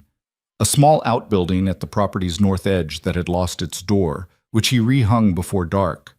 He worked steadily through the heat, and there was satisfaction in it. The specific satisfaction of a man repairing his own property after a storm, which is different from the satisfaction of building things from scratch, because it carries with it the knowledge that the thing is still standing, that it held, that the work of the years before was not undone. Eliza spent the day in the stable and the kitchen, moving between the two with the efficiency of someone running 2 operations simultaneously, which was essentially what she was doing. The horses needed individual attention in the post-storm hours. Stress responses varied, and she was tracking each animal's recovery with the careful granularity of someone who understood that the last 10% of a recovery was often where things went sideways if you stopped paying attention. She adjusted 3 preparations during the day. She added a mild calming compound to 2 horses' evening doses. She sat with Iron Duke for an hour in the afternoon and came back to the kitchen looking, for the first time since Caleb had known her, something approaching at peace. That evening they sat on the porch. It was the first time they had done this. Not planned, just arrived at. Caleb had come out after supper with his coffee and stood looking at the post-storm sky, all that washed clarity and the stars burning with unusual brightness. And Eliza had come out a few minutes later and stood beside him, and neither of them had gone back in. They sat in the 2 wooden chairs that had been on that porch since Caleb's father built them, and looked out at the cedar ridge going dark against the last red line of sunset. "My grandmother used to say that a storm is the land resetting itself," Eliza said after a while. "Do you believe that?" She considered. "I believe that things generally look clearer after a storm than before. Whether that's the land or just our perception of it, I'm not sure it matters." Caleb looked at the ridge. 12 years ago, after my father died, we had a storm worse than last night. I was up on that same roof section. Different problem, same spot. Apparently that ridge board has always been trouble. And I was hammering in the dark, in the rain, and I thought... He stopped, started again. I thought, I'm going to lose this place. I thought it very clearly, not as a worry, as a fact I was already adjusting to. But you didn't. No, I stayed. I kept working. He paused. Last night was the first time since then that I thought it again. She was quiet. When Duke went down in the water, he said, when I couldn't get him up alone. He turned his coffee cup in his hands. I thought, this is it. The thing that's too much. But it wasn't. No, he said. It wasn't. He looked at her sideways. On 3. Something crossed her face. Private and brief and warm. On 3, she agreed. They sat in the growing dark, and the cedar ridge became a silhouette, and the first nighthawks came out over the pasture doing their tilting, erratic work among the insects, and somewhere down by the creek a frog choir got itself organized, and the ranch settled into the specific peace of a place that has come through something and is resting on the other side of it. After a while, Caleb said, "Tell me about Millhaven." She looked at him. "You've asked me about this ranch a dozen times," he said. "I've never asked you about where you came from." She looked back at the ridge. She was quiet long enough that he thought she might not answer, and then she began to talk. Slowly at first, then with more ease, the way a river moves when it finds the channel that fits. She told him about the farmhouse with the green shutters and the apple orchard that went wild after her mother died, about the winters that came in October and stayed until April, about the particular quality of the light in that river valley in late August, golden and slanted and nothing like Texas light, which was direct and white and had no patience for softening.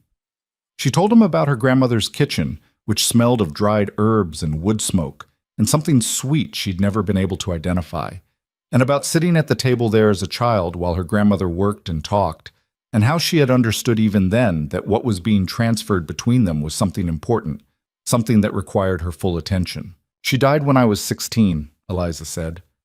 After that, I read everything I could find, everything she had, everything the library had, everything I could get sent from the university library in the city. A pause. It was the way of holding on to her that made most sense to me. The notebooks, Caleb said. Yes. He thought about that. A 16-year-old girl in a cold farmhouse, reading veterinary botany to stay close to a dead woman. He thought about what kind of person that made you, over time. He thought about 15 years of that kind of quiet, serious work, carried alone, in a world that wouldn't know what to do with it. I'd still like to see them, he said. The notebooks, if the offer stands. She looked at him again. It stands. She went in and came back with one, not the current working one, but an older one, the cover worn to softness, the pages thick with use. She sat back in her chair and handed it to him, and he opened it in the lamplight from the window and turned the pages slowly. The drawings were extraordinary. He was not a man who thought much about art or had a vocabulary for it, but he knew good work when he saw it. These were careful and precise, and somehow also alive, each plant rendered with an attention that captured not just the shape, but something of the quality, the character, the specific way a thing existed in the world. The annotations crowded every margin in the same careful hand as her letters, a mix of Latin names and common names and observations and cross-references and small notes that were clearly personal, small flags of memory embedded in the science. He turned a page and found, pressed flat between two sheets, a dried sprig of something with pale purple flowers.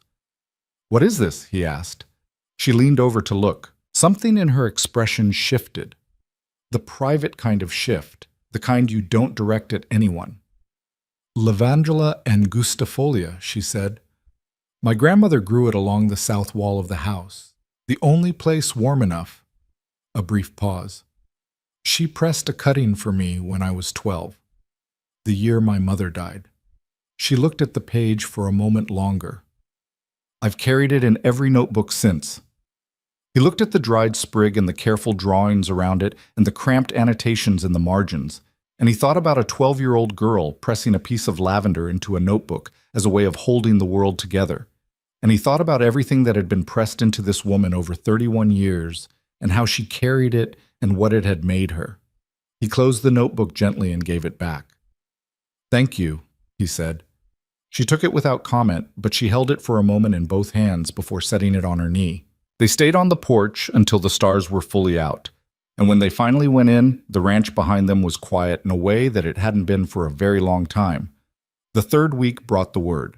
It started with Doc Harlan, which Caleb had expected. Harlan came back on the Wednesday following the storm and spent 2 hours in the stable, drew more blood panels, sat in the kitchen afterward with his notebook open and his coffee going cold while he and Eliza went through every detail of the treatment protocol. The compounds, the dosages, the timing, the adjustments, the specific observations that had guided each change. He wrote steadily throughout, asking questions with the precise focus of a man assembling a clinical record, and when he finally closed his notebook and picked up his cold coffee and looked across the table at Eliza, he said, "I've been practicing for 30 years. I want you to understand that what you've done here is not something I've seen before." Eliza said nothing. "Not the knowledge of the plant specifically," Harlan continued. "Although that's exceptional. What I mean is the combination, the systematic approach. Observation, hypothesis, adjustment, documentation. That's clinical methodology. You didn't learn that from a book." "I learned it from paying attention for 15 years, she said. He studied her. "You should have studied formally." The programs I could find didn't accept women, she said. Flat, final, the tone that closed a subject. Harlan held her gaze for a moment and then looked down at his notebook. Well, he said, that's a loss for the field. He tapped the notebook. I'm going to write this up and send it to the university. With your permission, full credit, your name on the documentation. Eliza looked at him steadily. As a case study? As a case study with a treatment protocol. If this toxin presentation is occurring in other herds in the region, and given the creek vegetation distribution in this part of the county, there's no reason to assume it's isolated to this property. Then other ranchers need to know what to look for and what to do about it. A silence. Caleb watched her process it. He watched the things she always did. The careful weighing, the checking of every angle, the assessment before the commitment. All right, she said. I'll need your preparation notes, the full documentation. I'll have them ready by Friday. Harlan nodded, and that was the professional conclusion of it. But before he stood up, he said quietly and looking directly at her, what happened in this stable is going to matter to people. I want you to know I understand that. Eliza looked at her coffee cup. What mattered, she said, was the horses. Harlan picked up his bag and his hat. At the door, he looked back at Caleb. You've got a remarkable woman there, Caleb. Caleb said, I know. He meant it with a directness that surprised him slightly, but it was true, and it wasn't the kind of moment to be careful about truth. Eliza, across the table, did not look up from her coffee cup, but her hands were still again, in that way. The word traveled the way word travels in small counties, faster than you'd expect and in directions you didn't plan. By Thursday of that week, 2 ranchers had come by the property. The first was a man named Pete Caldwell from the ranch 3 miles east, a lean and direct man of about 50, who came with his hat in his hands and a slight look of embarrassed desperation that Caleb recognized from his own mirror not 3 weeks ago. He had 4 horses showing early symptoms. Not crisis level, but the specific constellation of low fever and appetite decline and muscle weakness that Eliza now recognized on sight the way a doctor recognizes a familiar presentation. She walked his description through systematically, asked him questions about his pasture and his water source and the plants along his fence lines, and told him exactly what to look for and what to do about it, including the specific plants and where to find them in this part of the county, which she had been mapping in her notebook since the first week. And if I can't find the echinacea on my property, Caldwell asked, I'll give you a supply from what we've prepared here, she said, enough to start the protocol. When it runs low, come back and I'll show you where to gather it yourself. He looked at her with an expression that was trying to be dignified but kept collapsing into plain relief. How much do I owe you? She shook her head. Nothing. That's not nothing, she said again, and her tone was not unkind, but it was final. And Pete Caldwell nodded and took the preparation she put together for him and drove back down the road with the particular posture of a man who has been handed something he wasn't sure he deserved. The second visitor that Thursday was a woman, which Caleb noticed because women came to neighboring ranches for social calls or supply needs, not typically to discuss horse medicine on their own. Her name was Ruth Ainsley, and she ran a small boarding operation 8 miles south.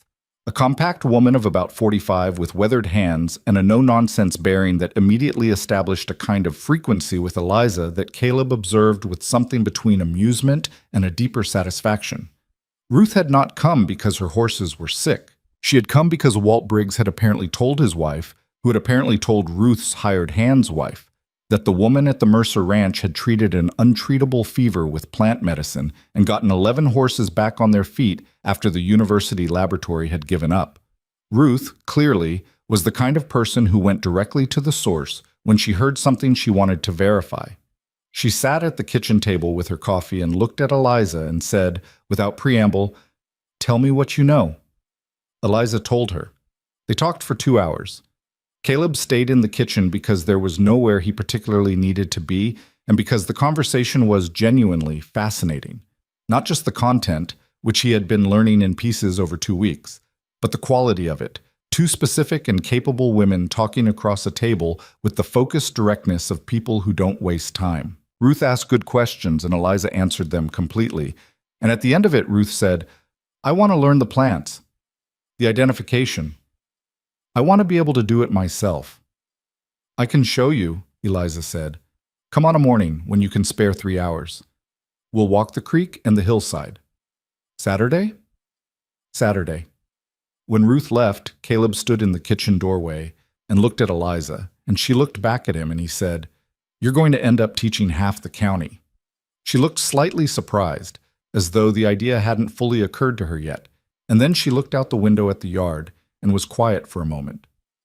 Is that a problem? She asked. No, he said. No, it's not. He paused. I just want you to know that your time has value. What you know has value. You shouldn't be giving it away endlessly for nothing. She turned to look at him. There was something in her expression that he hadn't seen before. Not quite surprised, more like the expression of someone who has heard a language they know but weren't expecting. Most people don't think that, she said. Most people are wrong, he said, and went to refill his coffee and didn't look at her because he wasn't sure what his face was doing.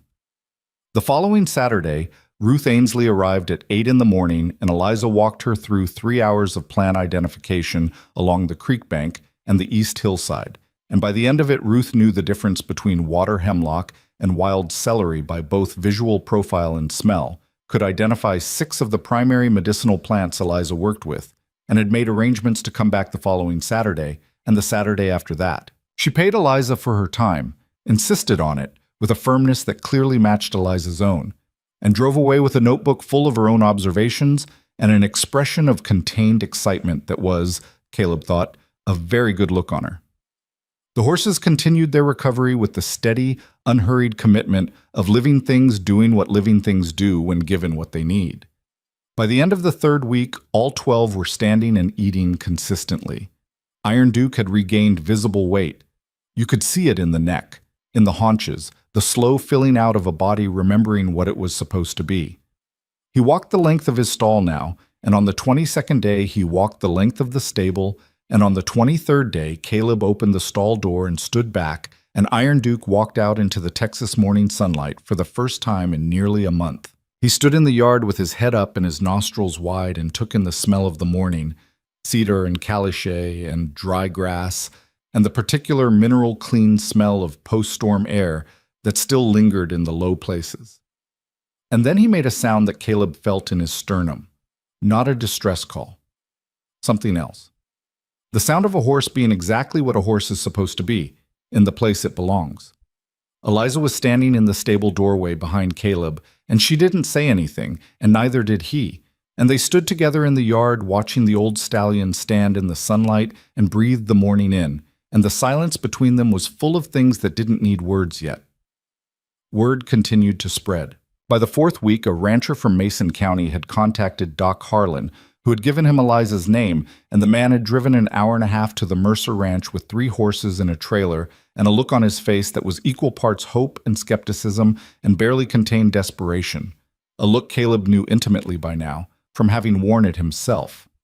His name was Thomas Garrett, a broad, quiet man in his 60s who'd been ranching in Mason County for 40 years and had never, he said, seen a fever present this way before. He'd lost 2 horses already and had 3 more showing the same early progression.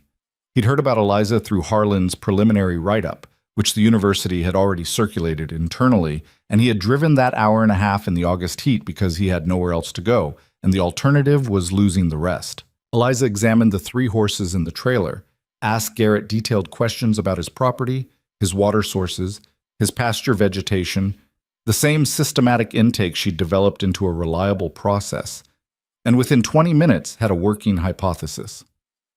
Different presentation than ours, she told Caleb quietly, while Garrett watered his horses, but the underlying mechanism looks similar. Different plant source, I think.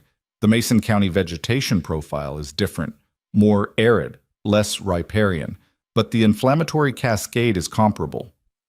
Can you treat it? I need to modify the protocol. The base preparation will help but won't be sufficient.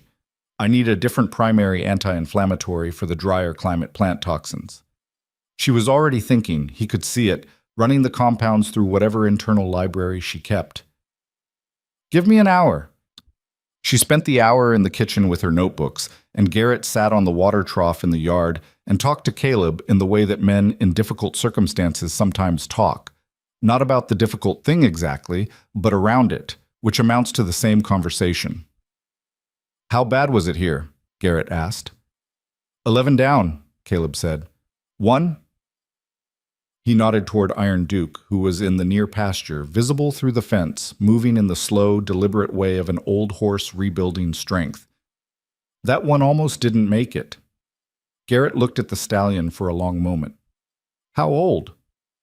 22. Garrett absorbed that. And she brought him back. She brought them all back, Caleb said. Garrett looked toward the house. Where'd she study? She didn't, formally. Caleb paused. She studied herself. For 15 years. Garrett looked at the house a moment longer. Then he looked back at Iron Duke, and his jaw tightened slightly, and he looked away at the cedar ridge with the expression of a man rearranging something internal. My youngest horse is 7, he said. Mare. My daughter's mare, technically. She named her when she was 9. He stopped. I don't want to have to tell my daughter. Caleb said nothing. He didn't need to.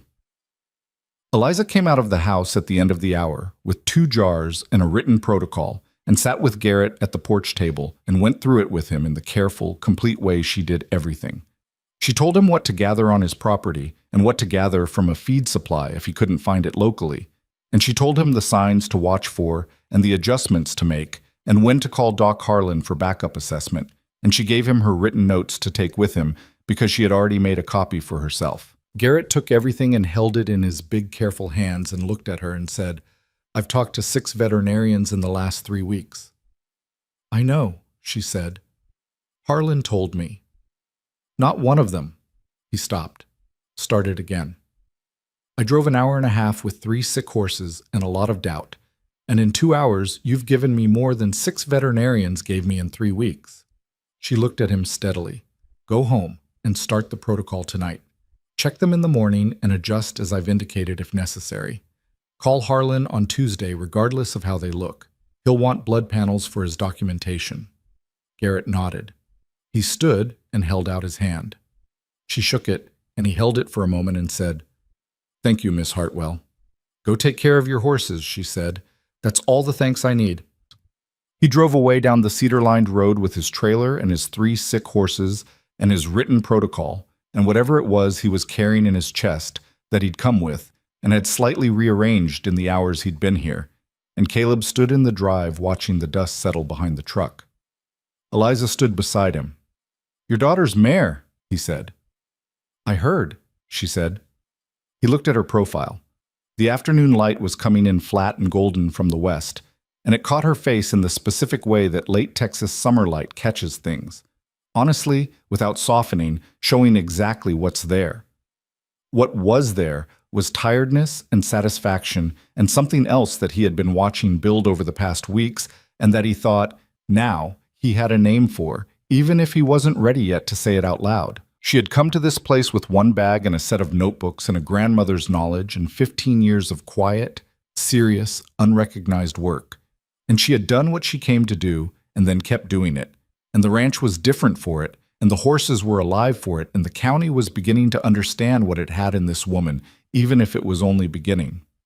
He was not only beginning, he had understood for at least a week in the particular way that honest men understand things, not gradually but all at once, looking up from the ordinary details of a day to find the thing already assembled and waiting to be named. He didn't name it yet. He stood in the drive with the afternoon on them and the cedar ridge going gold in the late light and said, I'm going to make dinner. She turned to look at him slightly, the faint surprise she allowed herself when he did something she hadn't predicted. You cook badly, she reminded him. I've been improving, he said, under the influence of someone with higher standards. Something shifted at the corner of her mouth, more than the ghost of a smile this time, actually present.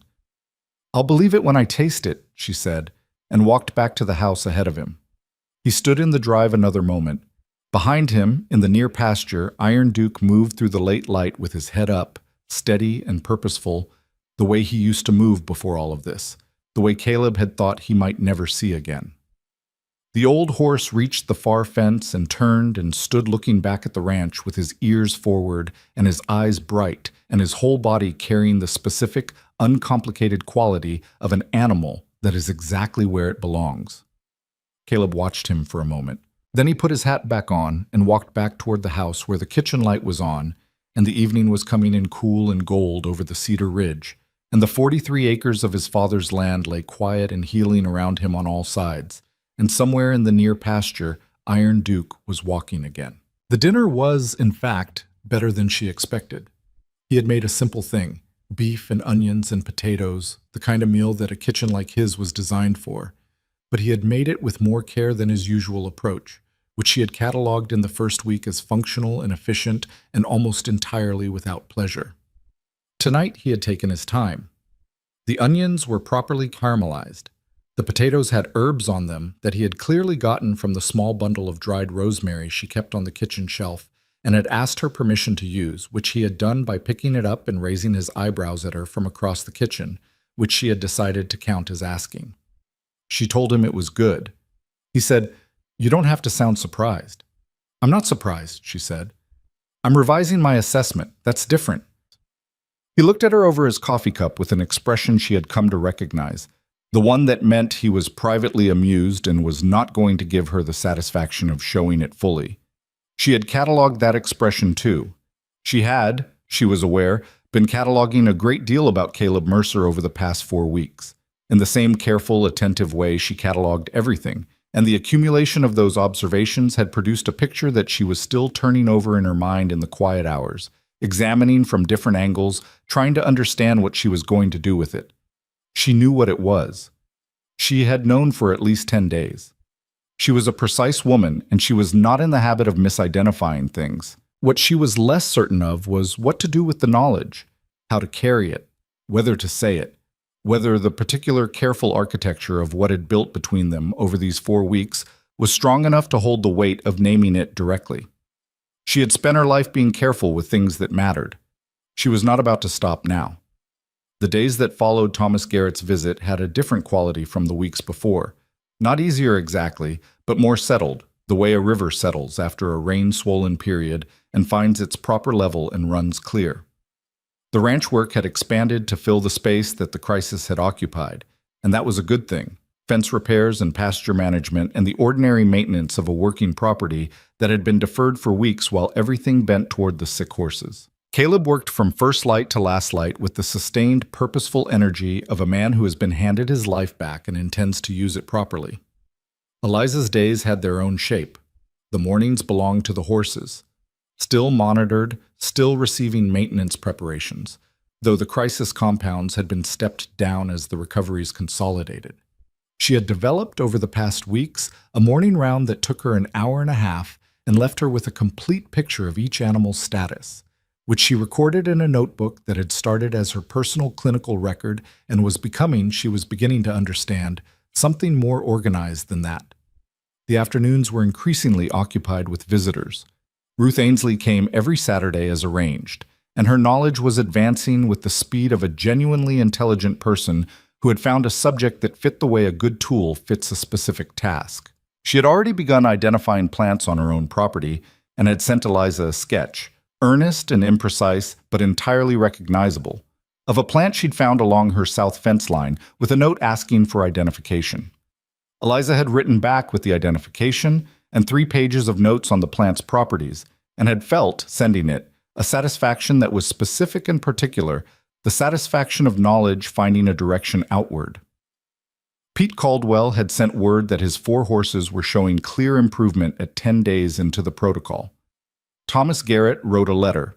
Actual paper, actual ink, the deliberate kind of communication of a man who takes things seriously, saying that all 3 of his horses had broken their fevers by the 5th day, and that his daughter's mare had eaten a full portion on day 7, and that he had taken the liberty of sharing Eliza's protocol with 2 other ranchers in Mason County who were seeing similar presentations. She read that letter twice and then put it in the notebook she'd designated for correspondence, and she sat at the kitchen table for a moment with her hands flat on the surface and felt something move through her that she did not entirely have a name for.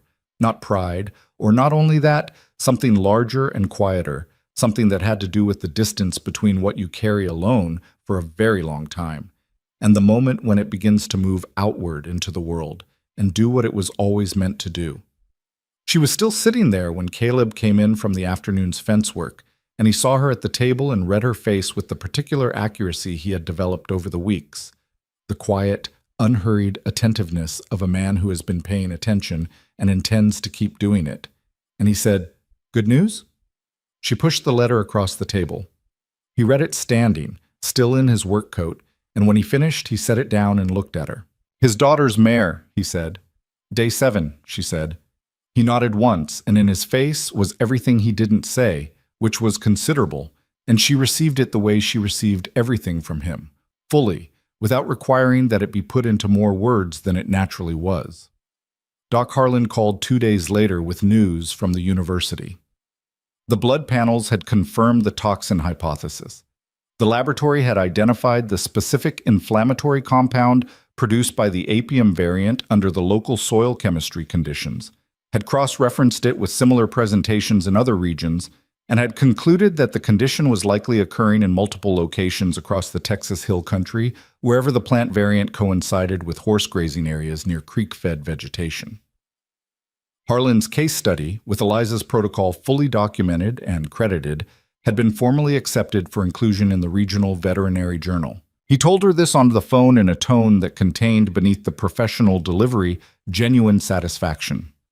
"They want to know if you'd be willing to correspond with their research department," he said. "There are questions about the specific preparation compounds, the ratios, the sequencing, things the documentation raises that they'd want to explore further." A pause. "Directly?" she said. "With the research department?" "With Dr. Annalise Faber specifically.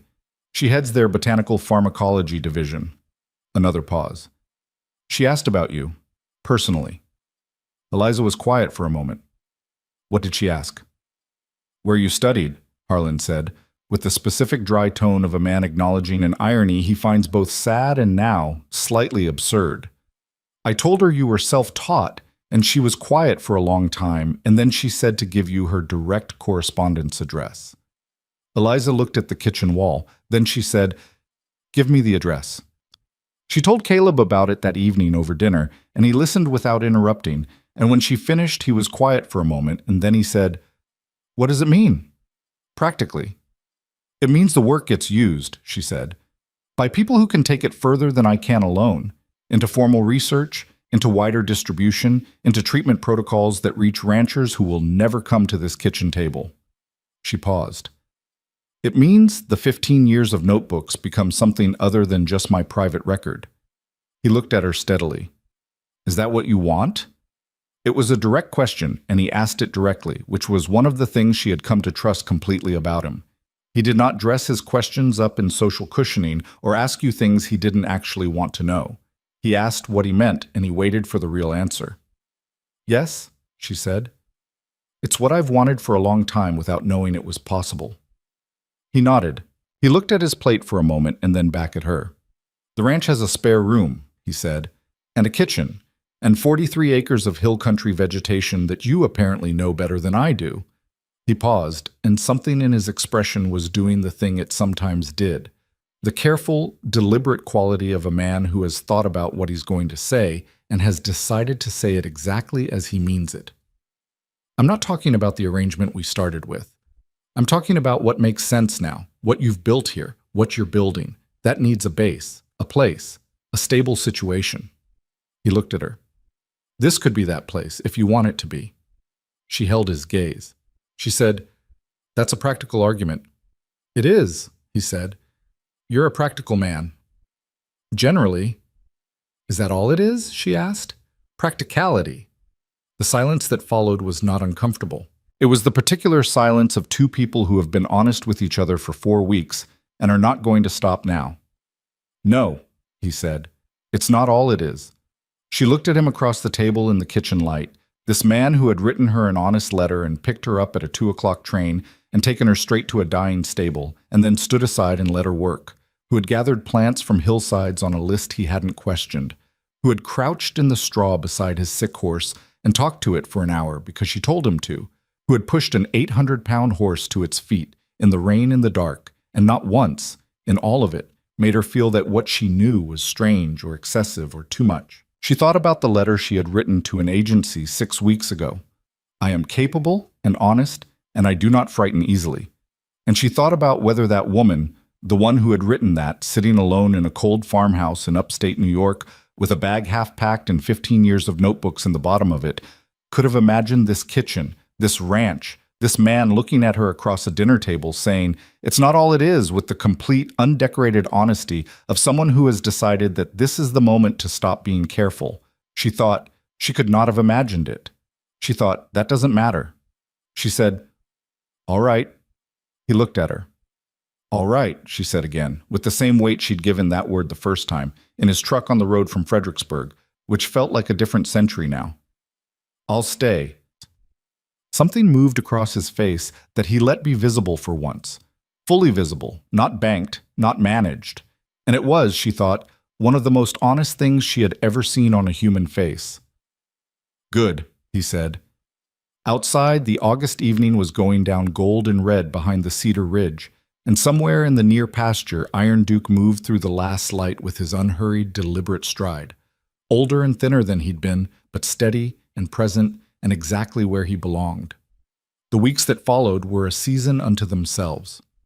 September came in on a cooler edge, the first suggestion of autumn threading through the August heat without displacing it entirely, just reminding the land that summer was not the only thing it knew how to do.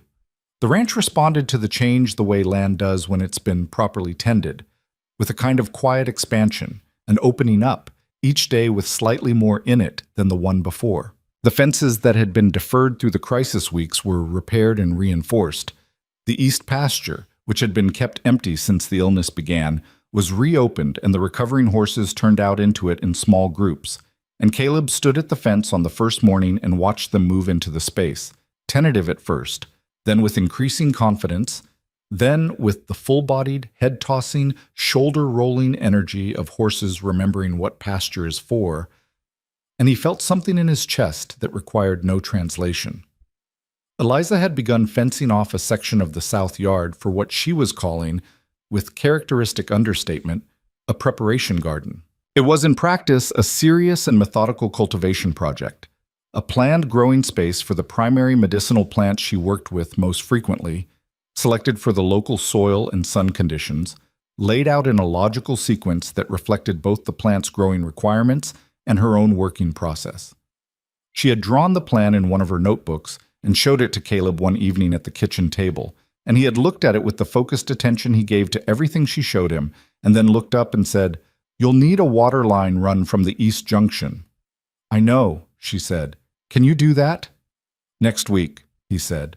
He ran the water line the following Tuesday, and she began preparing the beds the day after, and the project became one of the rhythms of those September weeks.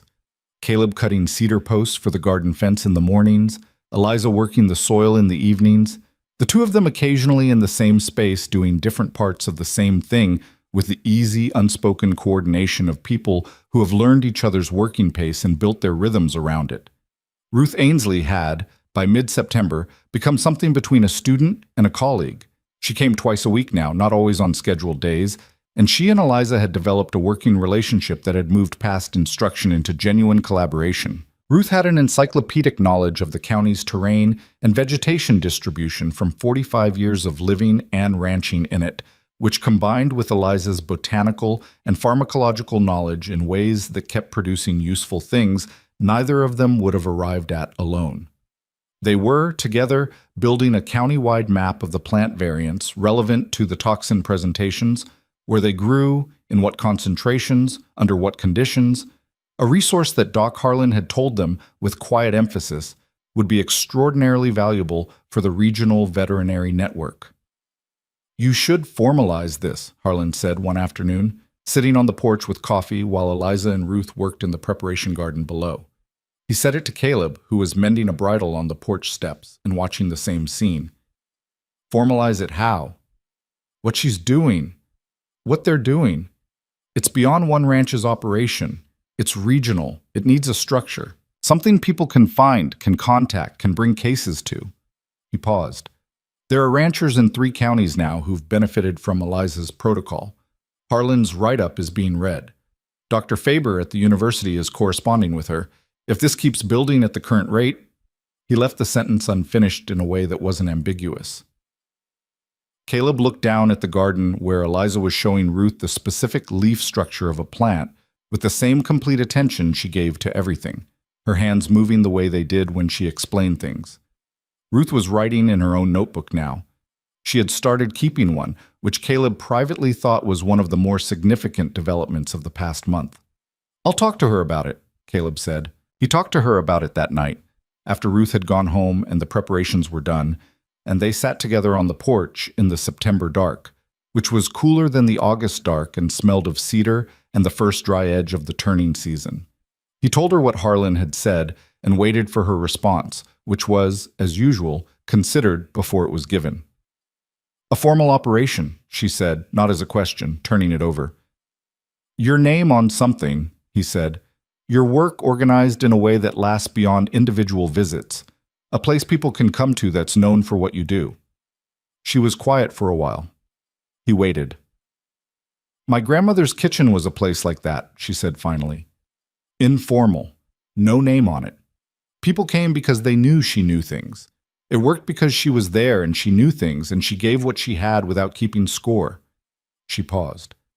"I've been thinking about that since I came here. About whether what she did could have been larger if it had been more organized. Whether the people she couldn't reach because they didn't know to come to her. Whether they could have been reached." "They could have," Caleb said. "Yes," she said. "They could have." She looked at the dark ridge. "I don't want it to become something bureaucratic. Something that becomes more about the structure than the work." "It doesn't have to." "No," she agreed. "It doesn't have to." She was quiet a moment longer. "The ranch land already has what's needed. The plants, the space, the working preparation area. Ruth knows the county's terrain better than anyone. Harlan has the medical network connections." She paused. "You'd have to be willing to have strangers coming to your property regularly." "Strangers have been coming to my property regularly for a month," he said. "I haven't minded." She turned to look at him, and in the darkness her expression was soft in the way it sometimes was in the evenings, when the day was done and the composure she kept so carefully during working hours had settled into something more simply present. "You've been very patient with all of it," she said. "It's your work," he said.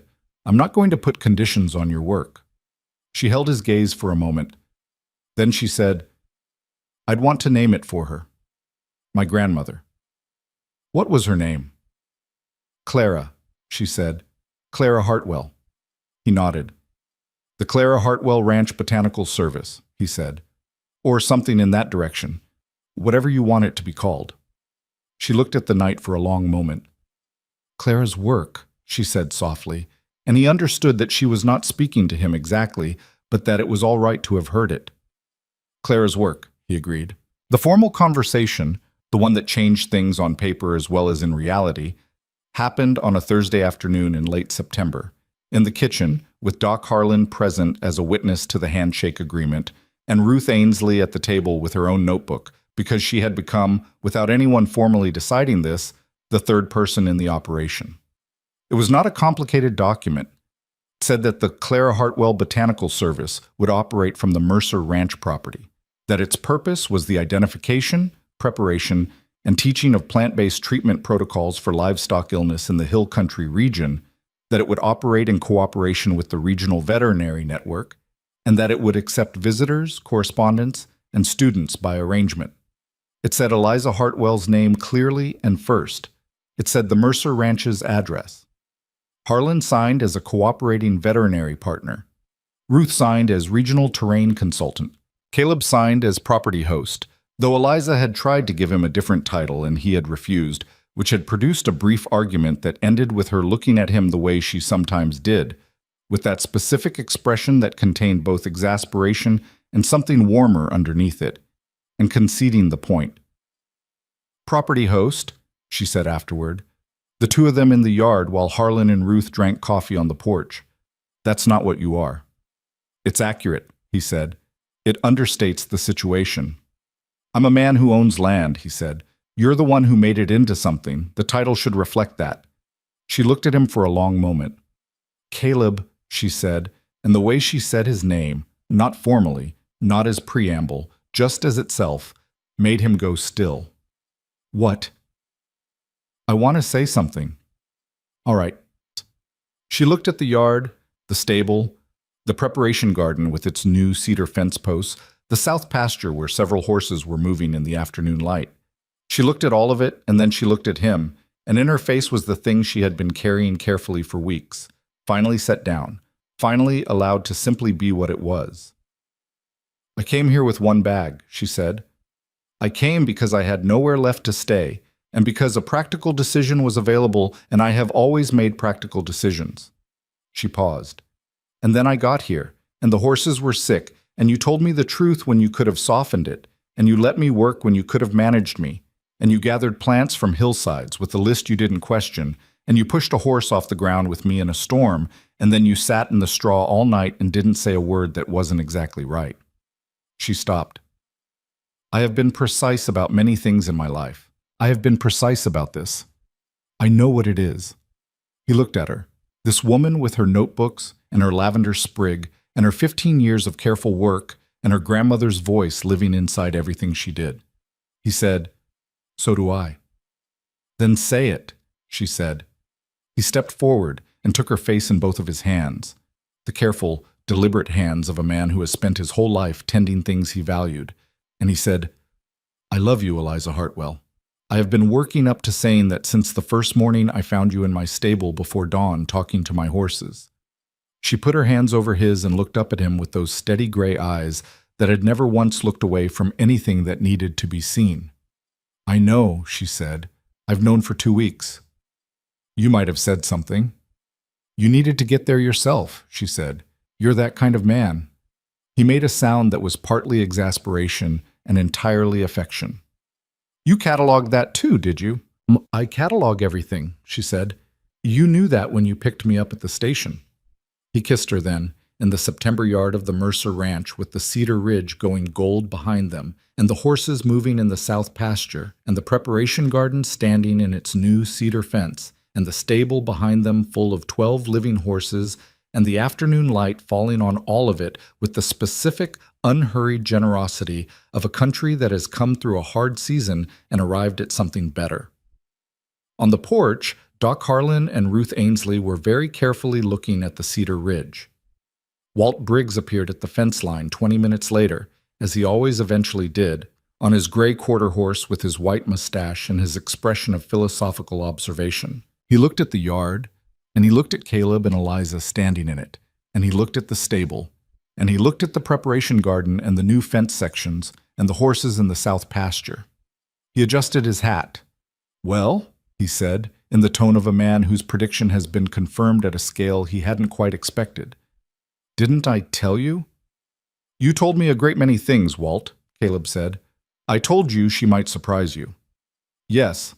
Walt looked at Eliza with the particular warmth of an old man who has watched something good happen and wants to acknowledge it without making more of it than it needs to be. "Miss Hartwell," he said, "it's a fine thing, what you've done here." "It's a fine piece of land," she said. "It was worth doing."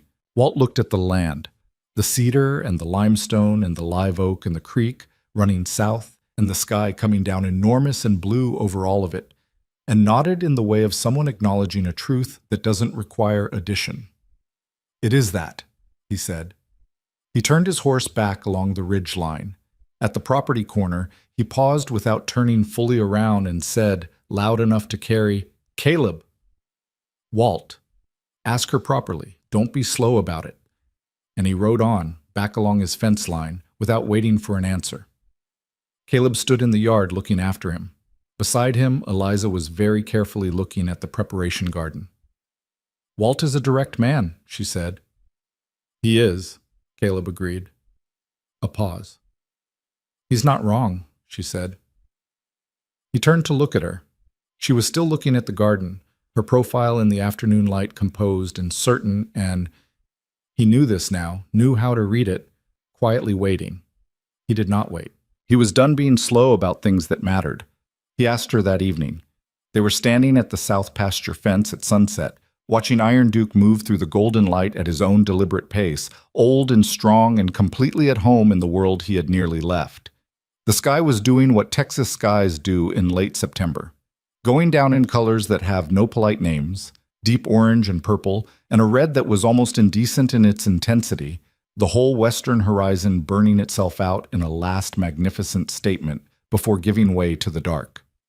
He asked her in the plain language that was the only language he had, without decoration or performance, simply what he meant. Would she stay? Would she build this with him? Would she let this ranch be the base that all the rest of it grew from? Would she put her name next to his on the thing they were already, in every way that mattered, making together? She listened with her hands on the fence rail and the sunset on her face, and when he finished, she was quiet for a moment in the way she always was before she gave a real answer, taking it seriously, weighing it the way she weighed everything, not because she was uncertain, but because she respected the question enough to give it her full consideration. Then she said yes. She said it simply and completely, with the same undecorated honesty he had given her, and then she turned from the fence and looked at him, and the sunset was behind her, and her eyes were gray and steady and full of everything she had brought with her from that cold farmhouse in upstate New York, and everything she had found in this place that had let it finally be used. He put his arm around her and she leaned into him, and they stood at the fence together while the light went down over the cedar ridge, and Iron Duke moved through the last of it below them. The ranch was quiet. The stable was full. The preparation garden stood in its cedar fence with its patient rows of growing things, and the notebooks were on the kitchen shelf where they belonged, and somewhere in Mason County 3 horses were well because of what had grown here, and more would follow because the work was spreading the way good work spreads when it finally finds its direction. Everything that had been broken was not entirely fixed. That was not how things worked, not how ranches worked or lives worked or seasons worked, and she knew this as well as anyone. There would be harder winters. There would be years that tested the new structures just as the old ones had been tested. The land did not offer guarantees. It never had. But the stable was full on a September evening, and the horses were standing, and the woman who had come on the 2 o'clock train with 1 bag, and her grandmother's voice, and 15 years of quiet, serious, unrecognized work, was standing at the fence of the Mercer Ranch, watching a 22-year-old stallion walk through the last gold light of the day, and she was exactly where everything she had ever learned was needed. She was home. Not in the way of a place you were born into, but in the better way. The way of a place you arrive at after a long journey and recognize, with the whole quiet certainty of your body and your history and your specific particular self, as the place that was always meant to hold you. The sun went down, went. The stars came out over the cedar ridge, brilliant and uncountable, the same stars that had been there above this limestone country for 1,000 years, and would be there long after all of this, the ranch and the people and the horses, and the preparation garden and the notebooks full of careful drawings, had become part of the soil that held everything. Inside the stable, 12 horses breathed in the dark, and the ranch, which had been dying, lived.